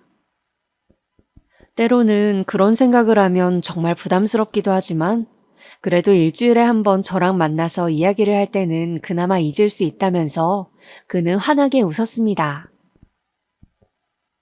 처음 식사를 하면서 제가 어묵 공장에 다닌다고 이야기한 후로 오빠는 저희 집안 형편에 대해서 자세히 묻지 않았습니다. 저의 다 늘어진 티셔츠와 질끈묶은 머리 때문인지 아마도 제 형편을 안 좋게 추측하는 것 같았어요. 데이트를 하고 날 때 제가 가끔 돈을 내려고 하면 오빠는 화를 내면서 말했거든요. 나 밥 사줄 돈 있으면 집에 갈 때 빵이라도 사서 부모님 드리라고요. 저도 그런 오빠에게 차마 제가 일하는 어묵 공장이 우리 집 거라고 이야기할 순 없었습니다. 부르주아니 뭐니 하면서 읽은 책에 대해서 열변을 토하는 오빠는 부자들은 모두 양심이 없고 법을 조롱하는 인간들이라고 믿는 것 같았거든요. 저는 이런저런 생각 없이 그저 그 사람과의 시간을 오롯이 즐기고 싶었어요. 우리가 결혼을 하진 못하더라도 훗날 청춘의 아름다운 기억으로 남을 것이니까요. 오빠는 대학 인근의 하숙집에서 하숙을 하면서 공부를 하고 있었습니다. 저는 그런 오빠의 하숙집 앞에 종종 어묵을 싸들고 찾아가곤 했어요. 오빠, 내가 방금 전에 튀긴 어묵이야. 배고플 때 간식으로 먹어. 오빠는 항상 제가 가져다 주는 어묵을 고마워하며 받아 맛있게 먹곤 했어요. 저는 왠지 그럴수록 더 챙겨주고 싶은 마음에 더 자주 하숙집 앞에 찾아가게 되었습니다. 저는 소박하게 오빠와 연애를 이어갔어요. 그렇게 우리는 꽤 오랜 시간을 함께 보냈죠. 오빠는 저의 옷차림에 대해서도 타박하지 않았고 검소하고 성실해서 넌 뭘 하든 잘 될 것이라고 꼭 나중에 대학 공부도 하길 바란다며 응원을 해주었어요. 그 사람의 다정한 말을 듣고 하루의 피로를 씻어내며 저는 고향에 남아 이 사람과 미래를 꿈꾸고 싶어졌습니다. 사실 처음에는 그냥 지나갈 인연이겠지, 결국은 미국으로 돌아가야겠지 하는 생각으로 정을 많이 안 주려고 애썼지만 시간이 지날수록 통제가 되지 않았습니다. 제가 꿈에 그리던 다정하고 세심한 남자였기 때문이죠. 가끔은 이 사람과 내가 결혼을 하는 것은 어떨까? 나름 똑똑한 사람이니 엄마가 좋게 봐주실 수도 있을 거야 라는 희망을 품고서 저는 남친에게 은행에 취직했다는 좋은 소식이 들려오기를 간절히 바라면서 열심히 뒷바라지를 했습니다. 하숙집에 가서 끼니도 챙겨주고 어묵을 가득 담아 도시락을 싸가기도 하면서요. 오빠의 하숙집에 왔다 갔다 하는 것이 처음에는 걱정되었지만 2층으로 된 단독주택에서 오빠가 기거하는 방은 한쪽으로 돌아가 구석에 있어 사람들을 거의 마주치지 않다 보니 저는 그렇게 한 번씩 오빠네 집에 드나들게 되었습니다. 우리가 만난 이듬해 오빠는 시중은행들의 원서를 내고 본격 취업시험을 치렀습니다. 다행히 오빠는 목표한 은행 중에 2곳이나 무사히 합격했습니다. 저는 정말 뛸 듯이 기뻤어요. 그동안 고생한 것이 헛되지 않은 것 같아서요. 오빠가 대단해 보였습니다. 저는 이번 시험 합격을 통해 드디어 오빠도 가난한 집안을 먹여 살려야 하는 부담이나 자신이 성공해야만 한다는 짐을 어서 좀 덜어낼 수 있기를 바랐어요. 사실 오빠가 데이트를 할 때 술이 한 잔 들어가면 그런 부담감들을 저를 붙잡고 토로하곤 했거든요. 너도 가난에 대해 알지? 우리 집은 말이야. 너무 가난한데 식구가 많아. 그런데 내가 제일 공부를 잘해서 난 꼭 좋은 곳에 취직해야 돼. 그게 내가 낳아준 부모님한테 할 수 있는 유일한 보답이니까. 저는 오빠가 그럴 때마다 사실 잘 공감은 안 되었지만 그저 이 사람이 더 이상 마음 아파하지 않았으면 내가 도움이 될 수 있다면 얼마나 좋을까 하는 생각들을 하곤 했어요. 그리고 그런 한탄을 하며 오빠는 언제나 너도 나와 사정이 비슷해서 좋다면서 대하기가 편하다고 하는 것이었습니다. 저는 그럴 때마다 가슴이 뜨끔하곤 했습니다. 언젠가는 솔직하게 내 상황을 말해야 한다는 생각을 하면서도 우리는 정말 통한다면서 저를 의지하는 오빠에게 차마 입이 떨어지지 않았습니다. 오빠가 막 출근을 해서 회사에 적응을 해나갈 무렵 엄마는 이제 다시 미국으로 가야 한다고 본격적으로 압박을 주시기 시작했어요. 저는 곧 미국으로 갈 거라고 가기 전에 공부를 조금 더 해야 한다고 우겨서 오빠를 만나기 위한 데이트 시간을 확보했습니다. 엄마는 미심쩍어 하시면서 저에게 무슨 책을 샀는지 뭘 읽었는지 캐물으셨지만 저는 잘 둘러대었죠. 그렇게 우리는 3, 4개월 동안 일주일에 한 번씩만 얼굴을 보면서 지냈어요. 그런데 그러던 어느 날 오빠가 저에게 청혼을 하는 것이었습니다. 이제 직장에 적응도 했고, 내가 우리 선아 힘들지 않게 살게 할게. 조만간 부모님과 식사 자리 한번 만들자. 저는 이제는 진짜 제 사정을 말해야 하지 않을까 싶었고, 나는 미국에 가야 하는데 어떻게 해야 할지 고민이 되었습니다. 상황은 점점 오빠와 헤어지고 미국의 대학으로 돌아가느냐, 아니면 오빠와 결혼을 하고 미국 대학을 포기하느냐로 좁혀졌습니다. 저는 매일 머리를 싸매고 고민을 거듭했어요. 정말 어떻게 해야 할지 알 수가 없었습니다. 단지 언젠가는 사정을 정확하게 말해야겠다고 혼자 생각하면서 그래도 가난한 줄 알았는데 사실은 풍족한 집안 딸이라는 것은 별 문제가 되지 않겠지라고 좋게 합리화를 했어요. 어쩌면 저는 오빠의 반응이 어떨지 두려웠는지 모르겠습니다. 사실 이제와 이야기하려니 혹시나 오해를 할까봐 이러지도 못하고 저러지도 못했다는 게 맞겠죠. 차라리 처음부터 솔직하게 이야기했다면 좋았을 것을 말이죠. 오빠는 당연히 제가 청혼을 받아들일 것으로 믿고 금은방에서 샀을 얇은 금반지를 끼워주며 결혼하고 싶다고 청혼을 하더군요. 저는 어쩐지 눈물이 날 것 같았습니다. 없는 형편에 용돈을 모아서 반지를 사러 갔을 오빠의 모습이 떠올라서요. 그리고 분명 좋은 일이긴 한데 한편으로는 그동안 말하지 않았던 것들을 밝히려니 두렵기도 하더군요. 그래서 우리 엄마를 먼저 만나고 싶다는 오빠의 이야기에 일단 오빠네 부모님과 식사 자리를 먼저 하자고 이야기를 했어요. 내가 먼저 인사드리는 것이 맞는 것 같다고요. 사실 저는 일단 오빠네 부모님께 인사를 드리면서 제가 미국 유학 중인데 멈춘 상태이고 저희 집안이 나름 유복하다는 것을 모두가 계신 자리에서 밝히고 결혼 허락을 받을 생각이었어요. 결혼해서도 제가 대학을 다녀야 하는 부분도 걸리고 해서요. 그렇게 저는 11월 중순 오빠가 잡아두었다는 한정식 집에서 오빠의 부모님을 처음 뵙게 되었어요. 그날만큼은 맨날 입고 다니던 면 티셔츠와 검정 바지를 입으면 안 될 것 같아서 어느 정도 차려입고 나갔습니다.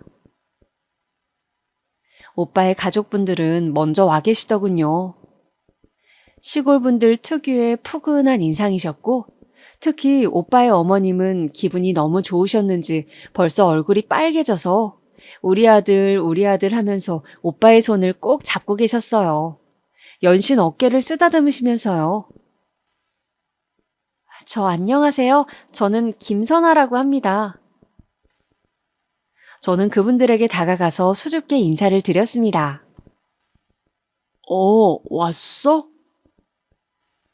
이 아가씨가 오늘 소개한다던 여자친구냐? 오빠의 아버지가 저를 아래 위로 살펴보시며 말씀하시더군요. 오빠의 어머니는 저를 이리저리 살피기만 하시고 별다른 말씀이 없으셨어요. 저는 그 눈길이 조금 부담스러웠지만 첫 만남이라 어색한 거겠지 생각하며 애써 미소를 지었습니다. 그동안 말씀 많이 들었습니다. 늦게 인사드려서 죄송합니다. 그러자 아무 말이 없으시던 오빠의 어머니께서 대뜸 말씀하시는 것이었어요. 그래, 아가씨는 그 무슨 공장에 다닌다고요? 무슨 공장이라고 했죠? 뭔가 공장이라는 단어가 특히 도드라지는 것 같았어요. 순간 저도 모르게 민망한 기분이 들더군요. 제가 뭔가를 잘못한 것처럼요. 네, 저기 상수동에 있는 어묵 공장에 다닙니다.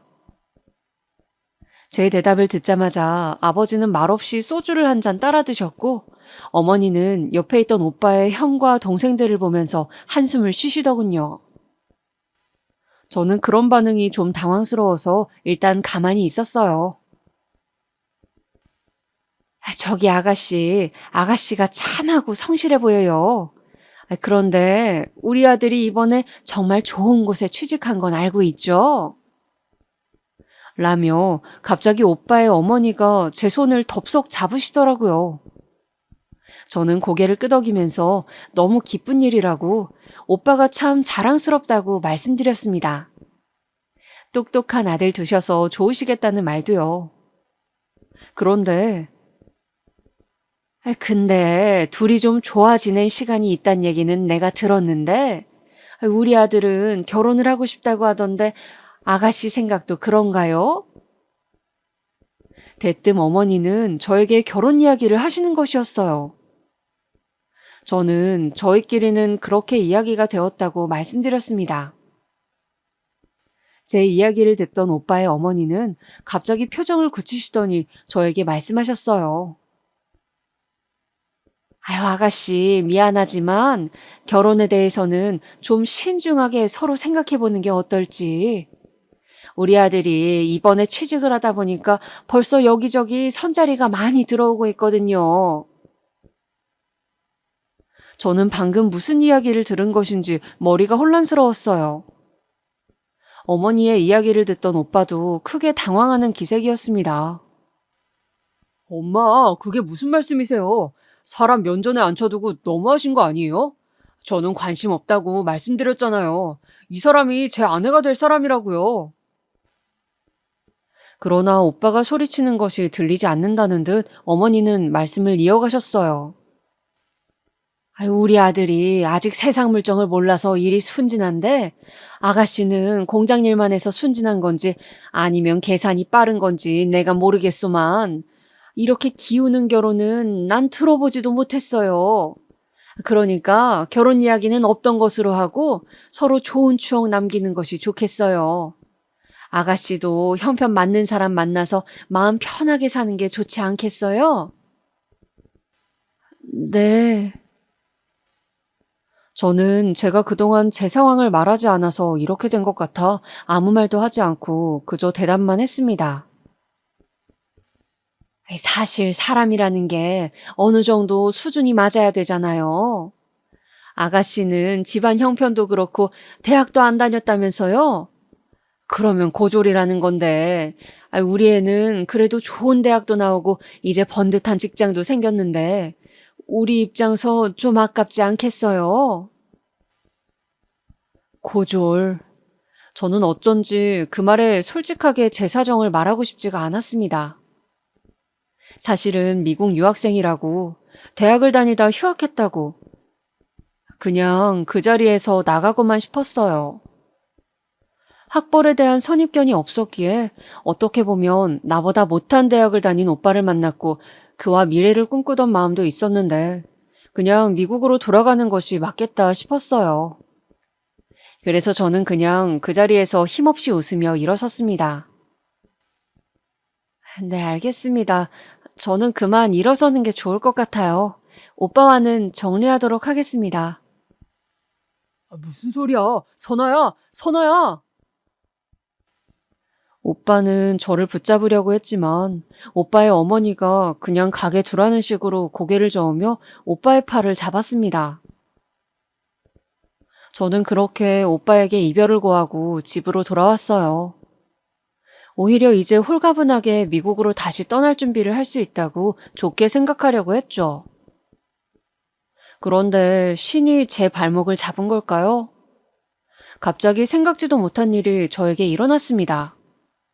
바로 임신을 한 것이었어요. 저는 생리를 지난달에 안 하길래 그냥 컨디션이 안 좋은가 하고 생각을 했습니다. 그런데 그게 아니라 임신을 한 것이었어요. 저는 어찌할 바를 몰라 고민을 거듭했습니다. 그러다가 엄마에게 말씀을 드렸어요. 그게 무슨 말이니? 남자친구가 있었어? 네, 엄마. 아니, 아기가 들어설 정도로 가까운 사이였는데 왜 말을 안 했어? 그게 엄마, 내가 미국으로 가야 하는 것도 말을 못하고 우리 집 형편도 말을 못했어요. 그리고 그 집서 제가 어묵 공장 다닌다고 하니까 반대를 하셔서 헤어졌는데 아기가 생겼다니. 아휴, 일단 엄마가 그 청년을 한번 만나봐야겠구나. 엄마, 일단 집안 형편 이야기는 하더라도 미국 이야기는 하지 마요. 네? 내가 내 입으로 마음의 준비가 되었을 때 솔직하게 말하고 싶어요. 그래, 알았다. 남자친구 연락처 좀 주렴. 그렇게 엄마는 남자친구를 만나고 돌아와서는 결혼을 추진하기로 했다고. 어묵 공장 주인이 우리라고 이야기하자 시댁에서 갑자기 아기도 생겼는데 결혼을 해야 하지 않겠냐고 태도를 바꾸었다며 조만간 상견례를 하기로 했다고 말씀하시는 것이었습니다. 저는 이게 맞는가 싶었지만 아기가 생겼다는 것은 연이 있는 것이라고 하는 엄마의 말을 듣고 일단 미국의 학교를 밀어놓은 채로 결혼을 하게 되었습니다. 아예 미국으로 영영 갈 수 없는 것은 아닐지 불안했지만 일단은 아기를 한국에서 낳아야 할 것 같았죠. 막상 남친의 얼굴을 보니 미국으로 돌아가야 한다는 말을 할 수가 없었습니다. 남편이 그동안 저에게 잘난 척을 하면서 대학을 가면 이렇다 저렇다 했던 그런 말을 제가 들어주고 대단하다고 해주었던 일이 많았는데 자신을 놀렸다고 생각할까 걱정이 되었어요. 오빠는 그런데 조금 자격지심이 있었거든요. 그래서 일단 천천히 말해야겠다는 생각으로 저는 결혼 준비를 하고 신혼을 시작하게 되었습니다. 배가 많이 불러오기 전 결혼식을 하자는 양가 어른들의 의견으로 저는 임신 3개월쯤 결혼식을 치르게 되었습니다. 결혼 준비를 하면서 남친의 형인 아주버님과 그 아내이신 형님을 만나게 되었어요. 아주버님은 중견기업에 다니는 평범한 회사원이었는데 형님은 심리학 전공의 박사과정을 밟으며 대학에 강연도 나가곤 하는 엘리트셨습니다. 우리나라에서 이름만 대면 아는 좋은 대학을 나오셨더군요. 시어머니는 제가 부잣집 딸이라는 것을 알고 난 이후로 저에게 너무 막대하지는 않으셨지만 그래도 형님과 저의 학벌을 대놓고 비교하곤 했습니다. 다 같이 밥을 먹는 가족 모임 자리에서 은근히 저를 무시하고 면박을 주셨죠. 예를 들면 이런 식이었습니다. 어머, 우리 큰 며느리 좀 봐. 젓가락질 하는 것도 어찌나 배운 티가 나는지 역시 곧 교수님 될 사람답다니까. 아니에요, 어머니. 그런 이야기 그만하세요. 아니다. 옆에 둘째를 보렴. 복스럽긴 하지만 음식도 흘리고 저렇게 식탐을 주체를 못하잖니. 고졸이라서 그래. 대학을 갔으면 그런 걸 좀 절제할 줄 아는 교양을 배웠을 텐데. 저는 어머님의 그 말씀에 제가 미국에서 대학을 다닐 때 무시무시한 기세로 햄버거 5개를 쌓아놓고 먹던 대학교 동기들의 모습을 생각하며 혼자 웃음을 지었습니다. 세계 제1의 수재들이 모인다는 뉴욕대의 모습은 정말 전쟁터 그 자체였고 도서관에서 항상 밤새는 학생들이 음식만 보면 개걸스럽게 달려들어 해치우곤 했는데 제일 친한 친구였던 식탐대장 말콤과 오드리가 시어머니의 말을 들었다면 어떤 표정을 지었을지 그런 생각을 하니 그냥 웃음이 나왔어요. 너 지금 내가 좋은 이야기 하는 것 같니? 왜 웃어? 아, 죄송해요, 어머니. 그냥 좀 다른 생각을 했어요. 이것 봐. 머리가 나쁘니까 집중을 못한다니까? 그런 구박에도 저는 개의치 않았습니다. 이제 와서 유학파라는 걸 밝히는 게 더 안 좋을 것 같기도 했고, 그냥 누가 뭐라 하든 별로 신경 쓰는 성격이 아니기도 했으니까요. 그런데 언젠가부터 그런 말을 들을 때 형님이 유독 안절부절 못하는 것이었습니다. 제 눈치를 살피고 미안하다고 하시고 계속 저를 혼자서 챙겨주려 애쓰시는 거였어요. 저는 이상해서 한 번은 형님에게 넌지시 물어보았습니다. 형님, 제가 어머니께 구박당하는 게 안쓰러워서 그러세요? 저 별로 신경 안 써요. 멘탈 세거든요. 괜찮아요, 저. 동서, 그렇겠지. 아무나 뉴욕대 다니는 게 아닐 건데. 네? 동서, 요새 서점에 베스트셀러 책에 동서 사진이 있어. 알아? 네? 동서 지도 교수님 우리나라에 책 냈는데 그 책에 동서랑 같이 연구하는 사진이 있어. 동서 이름도 사진 밑에 써 있고 교수님 애제자였다고 언급도 되어 있던데 책 나온 거 연락도 못 받았어? 아, 제가 메일 확인을 안 한 지 한참 되긴 했어요. 한국 와서 아버지 돌아가시고 미국 쪽과는 아예 연락을 안 하고 있었거든요. 아, 근데 사진이 조그맣게 나왔을 건데 어떻게 저인 걸 아셨어요? 거기 한국에 대한 인상이 좋다며 어묵 공장하던 애제자가 있었다고 써 있더라고. 아, 교수님이. 그렇군요. 연락 한번 드려봐야겠네요. 그런데 형님, 그냥 모른 척 해주세요. 아직 졸업한 것도 아니고 아기 때문에 다시 갈 수 있을지도 모르는데. 네? 어머님이 아시면 무안해하실 것도 같고요. 동서, 그래도 그런 소리 들으면서 왜 참아? 나는 나한테 그러시는 것도 아닌데 너무 기분이 안 좋아. 그냥 한 귀로 듣고 넘겨요. 신경 안 쓰여요, 형님. 그러니까 그냥 형님도 넘어가 주시면 좋겠어요. 그렇게 저는 형님에게 신신당부를 했습니다. 결혼을 반대했을 때부터 시어머니가 그런 쪽으로 편견이 강하고 사람을 차별하는 속물적인 면이 있다는 것은 알았지만 알고 한 결혼이고 저는 뱃속의 아기가 중요했어요. 학벌보다 제 스스로의 인성으로 어머님이 언젠가는 저라는 사람을 제대로 봐주기를 바랐거든요. 제 학벌을 뒤늦게 알게 되어 갑자기 태도를 바꾸는 것을 원하지 않았습니다. 그렇게 남편도 모르는 저의 비밀을 형님은 알게 되셨죠. 그 후로 몇 번의 위기가 있었어요.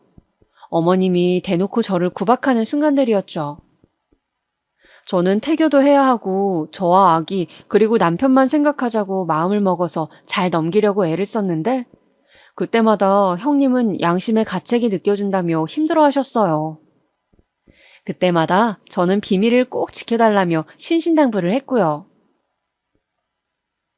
임신을 했음에도 불구하고 저는 시댁에 제사가 있을 때마다 당연한 듯이 불려가 허리 한번 펴지 못하고 장보기부터 시작해 모든 노동을 하루 종일 파김치가 되도록 해야 했어요. 그리고 제사를 지낼 때쯤이 되면 형님은 그제서야 나타나시거나 혹은 직장일이 바쁘시다고 안 오시는 경우도 부지기수였죠.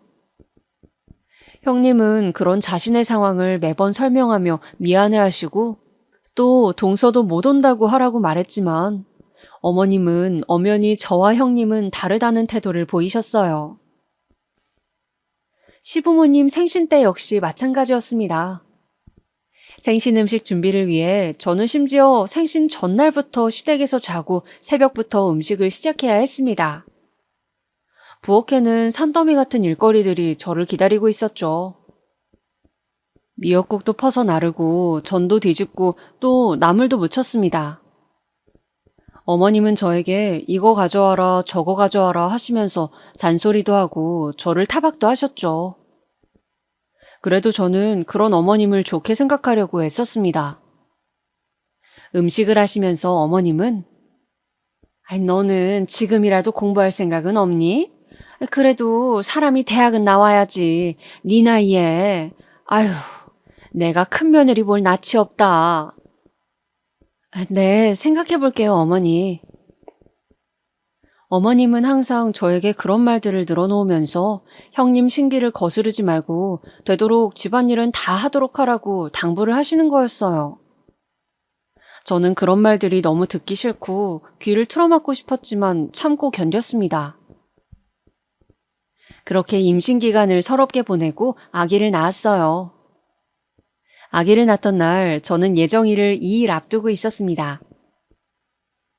아직 좀 남았다고 생각했는데 갑자기 꼬리뼈 부분이 쿡쿡 쑤시는 기분이 들기 시작하더니 처음 느껴보는 묘한 통증이 꼬리뼈부터 시작해서 골반에 불규칙하게 오기 시작했습니다. 약하기는 했지만 그 통증이 오면 저는 잠시 서서 쉬어야 할 만큼 쿡쿡 쑤시는 느낌이어서 택시를 타고 얼른 집으로 갔습니다. 불규칙하게 한 번씩 쑤시던 그 통증은 저녁이 되자 조금 더 자주 오고 있었습니다. 제가 워낙 겁이 많아서 인터넷으로 출산 후기를 정말 많이 본지라 많은 사람들의 말 중 샤워를 꼭 하고 가라는 말이 번뜩 떠올랐어요. 저는 허겁지겁 아픈 배를 잡고 샤워를 했습니다. 그리고 신랑이 사온 초밥을 몇 점 먹었어요. 힘이 필요하니 밥을 잘 먹어야 한다는데 꼬리뼈 부분이 너무 아프니까 밥이 잘 넘어가질 않았습니다. 새벽 2시쯤 되자 통증은 걷잡을 수 없이 커져갔습니다. 마치 누가 제 골반뼈를 잡고 으스러뜨리는 느낌이 들었죠. 더 이상 참을 수 없을 것 같은 고통에 저는 이게 진통이구나 싶어 얼른 신랑을 깨웠어요. 자기야, 일어나봐. 나 이제 너무 아파서 병원 가야 될 것 같아. 알았어. 지금 가자, 얼른. 신랑은 선잠을 잤는지 자다가 벌떡 일어나더니 저를 부축해서 차를 타려고 엘리베이터를 타고 주차장으로 갔습니다. 한 3걸음 걷고 아파서 쉬고 또 3걸음 걷고 아파서 쉬는 것의 반복이었습니다. 골반뼈가 마구 제멋대로 움직이는 기분이 들면서 조수석에 앉았는데 제대로 앉아있기도 힘들어서 엉덩이를 반쯤 들고 조금 울면서 신랑한테 빨리 좀 가달라고 애원했던 것 같아요. 진짜 누군가 덤프트럭이 내 골반을 지나가는 느낌이라고 하더니 정말 시간이 지날수록 골반이 찢어지는 것처럼 아프더군요. 그렇게 겨우겨우 병원으로 도착해서 분만실로 향했습니다. 그때가 새벽 3시는 넘은 것 같았어요. 그런데 신랑이 그 밤중에 시어머니께 전화를 하는 거예요.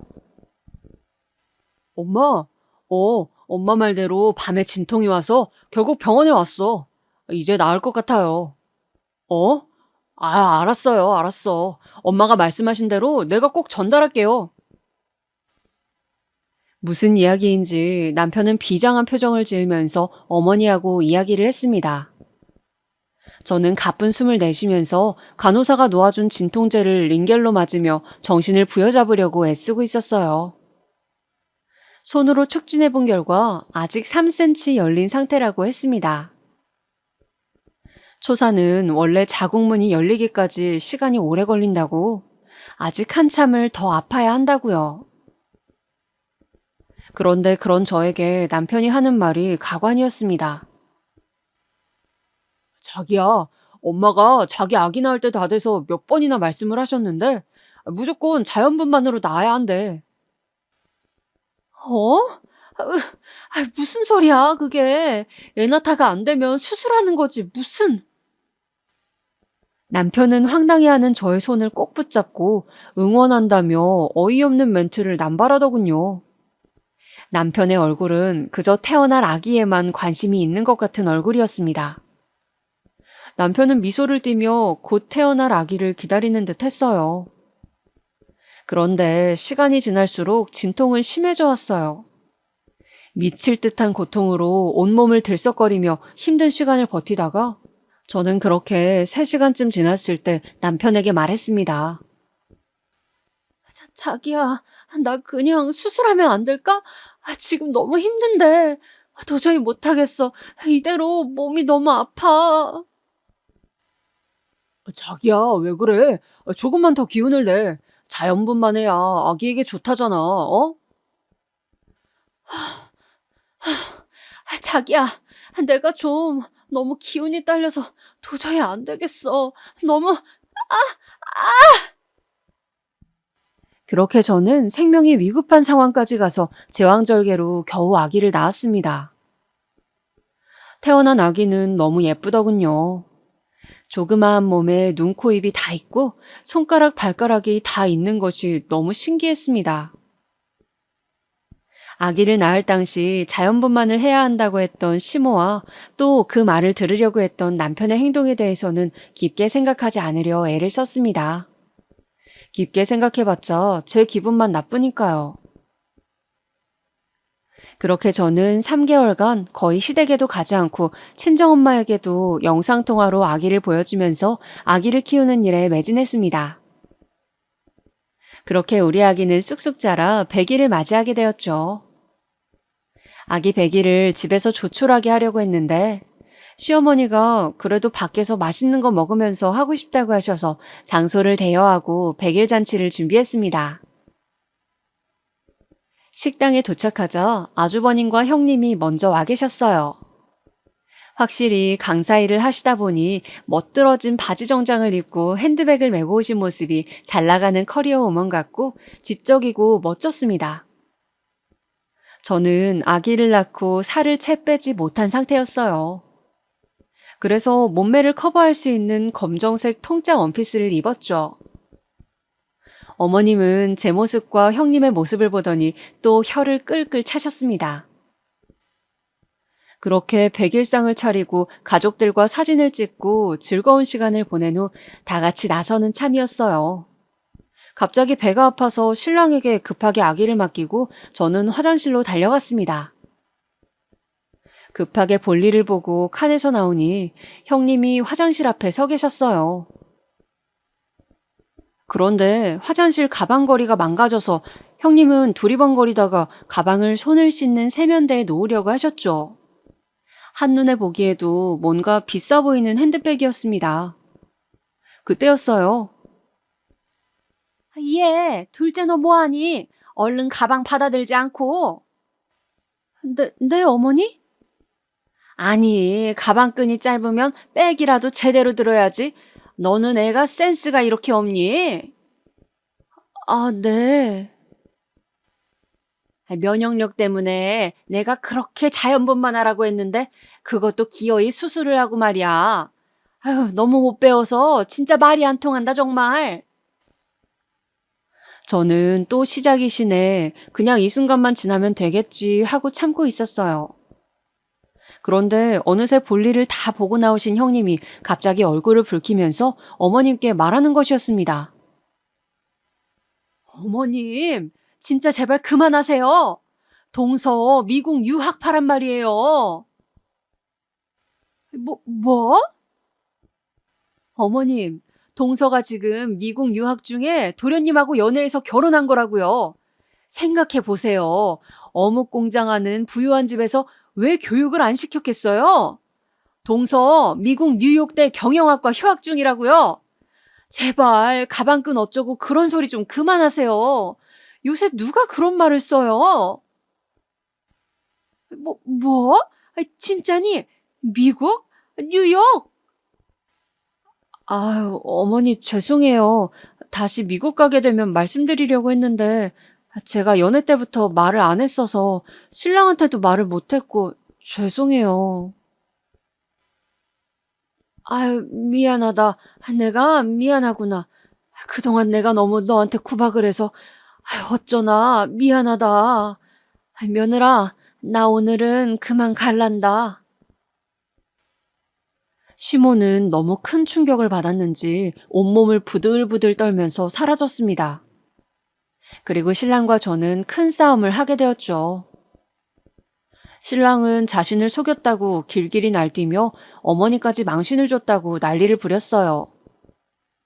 저는 그 과정에서 너무 학을 떼서 별거를 결정했고요. 시댁 사람들이 웃긴 게 막상 제 스펙이 밝혀지자 숨긴 데에는 다 이유가 있다면서 또 저를 이상하게 몰아갔습니다. 그래서 저는 지금 아기를 데리고 미국으로 들어갈 준비를 하면서 별거를 하게 되었죠. 시모는 망신을 톡톡히 당했다고 생각했는지 그 후로 저에게 일절 연락을 하지 않았어요. 저 역시 시모와 말하고 싶지도 않았고 무엇보다 남편이 너무 화를 내는 것에 실망을 해서 다시 그 집구석에 얼굴을 맞대고 싶지 않았어요. 다만 형님과는 가끔 연락을 하고 지내게 되었죠. 지금까지 저에게 있었던 기막힌 사연을 말씀드렸는데요. 결론이 좀 허무한가요? 어찌됐든 저는 앞으로는 저를 너무 숨기지 않고 살아야겠다는 생각이 들었고 또 사람을 조심해서 만나야겠다는 깨달음을 얻었습니다. 그 과정에서 인생 공부하고 깨달음을 얻었다고 좋은 쪽으로 생각하려고 매일 마음을 다지고 있어요. 지금까지 제 이야기 들어주셔서 감사합니다. 다들 행복한 하루 보내시길 바랍니다. 건강하세요.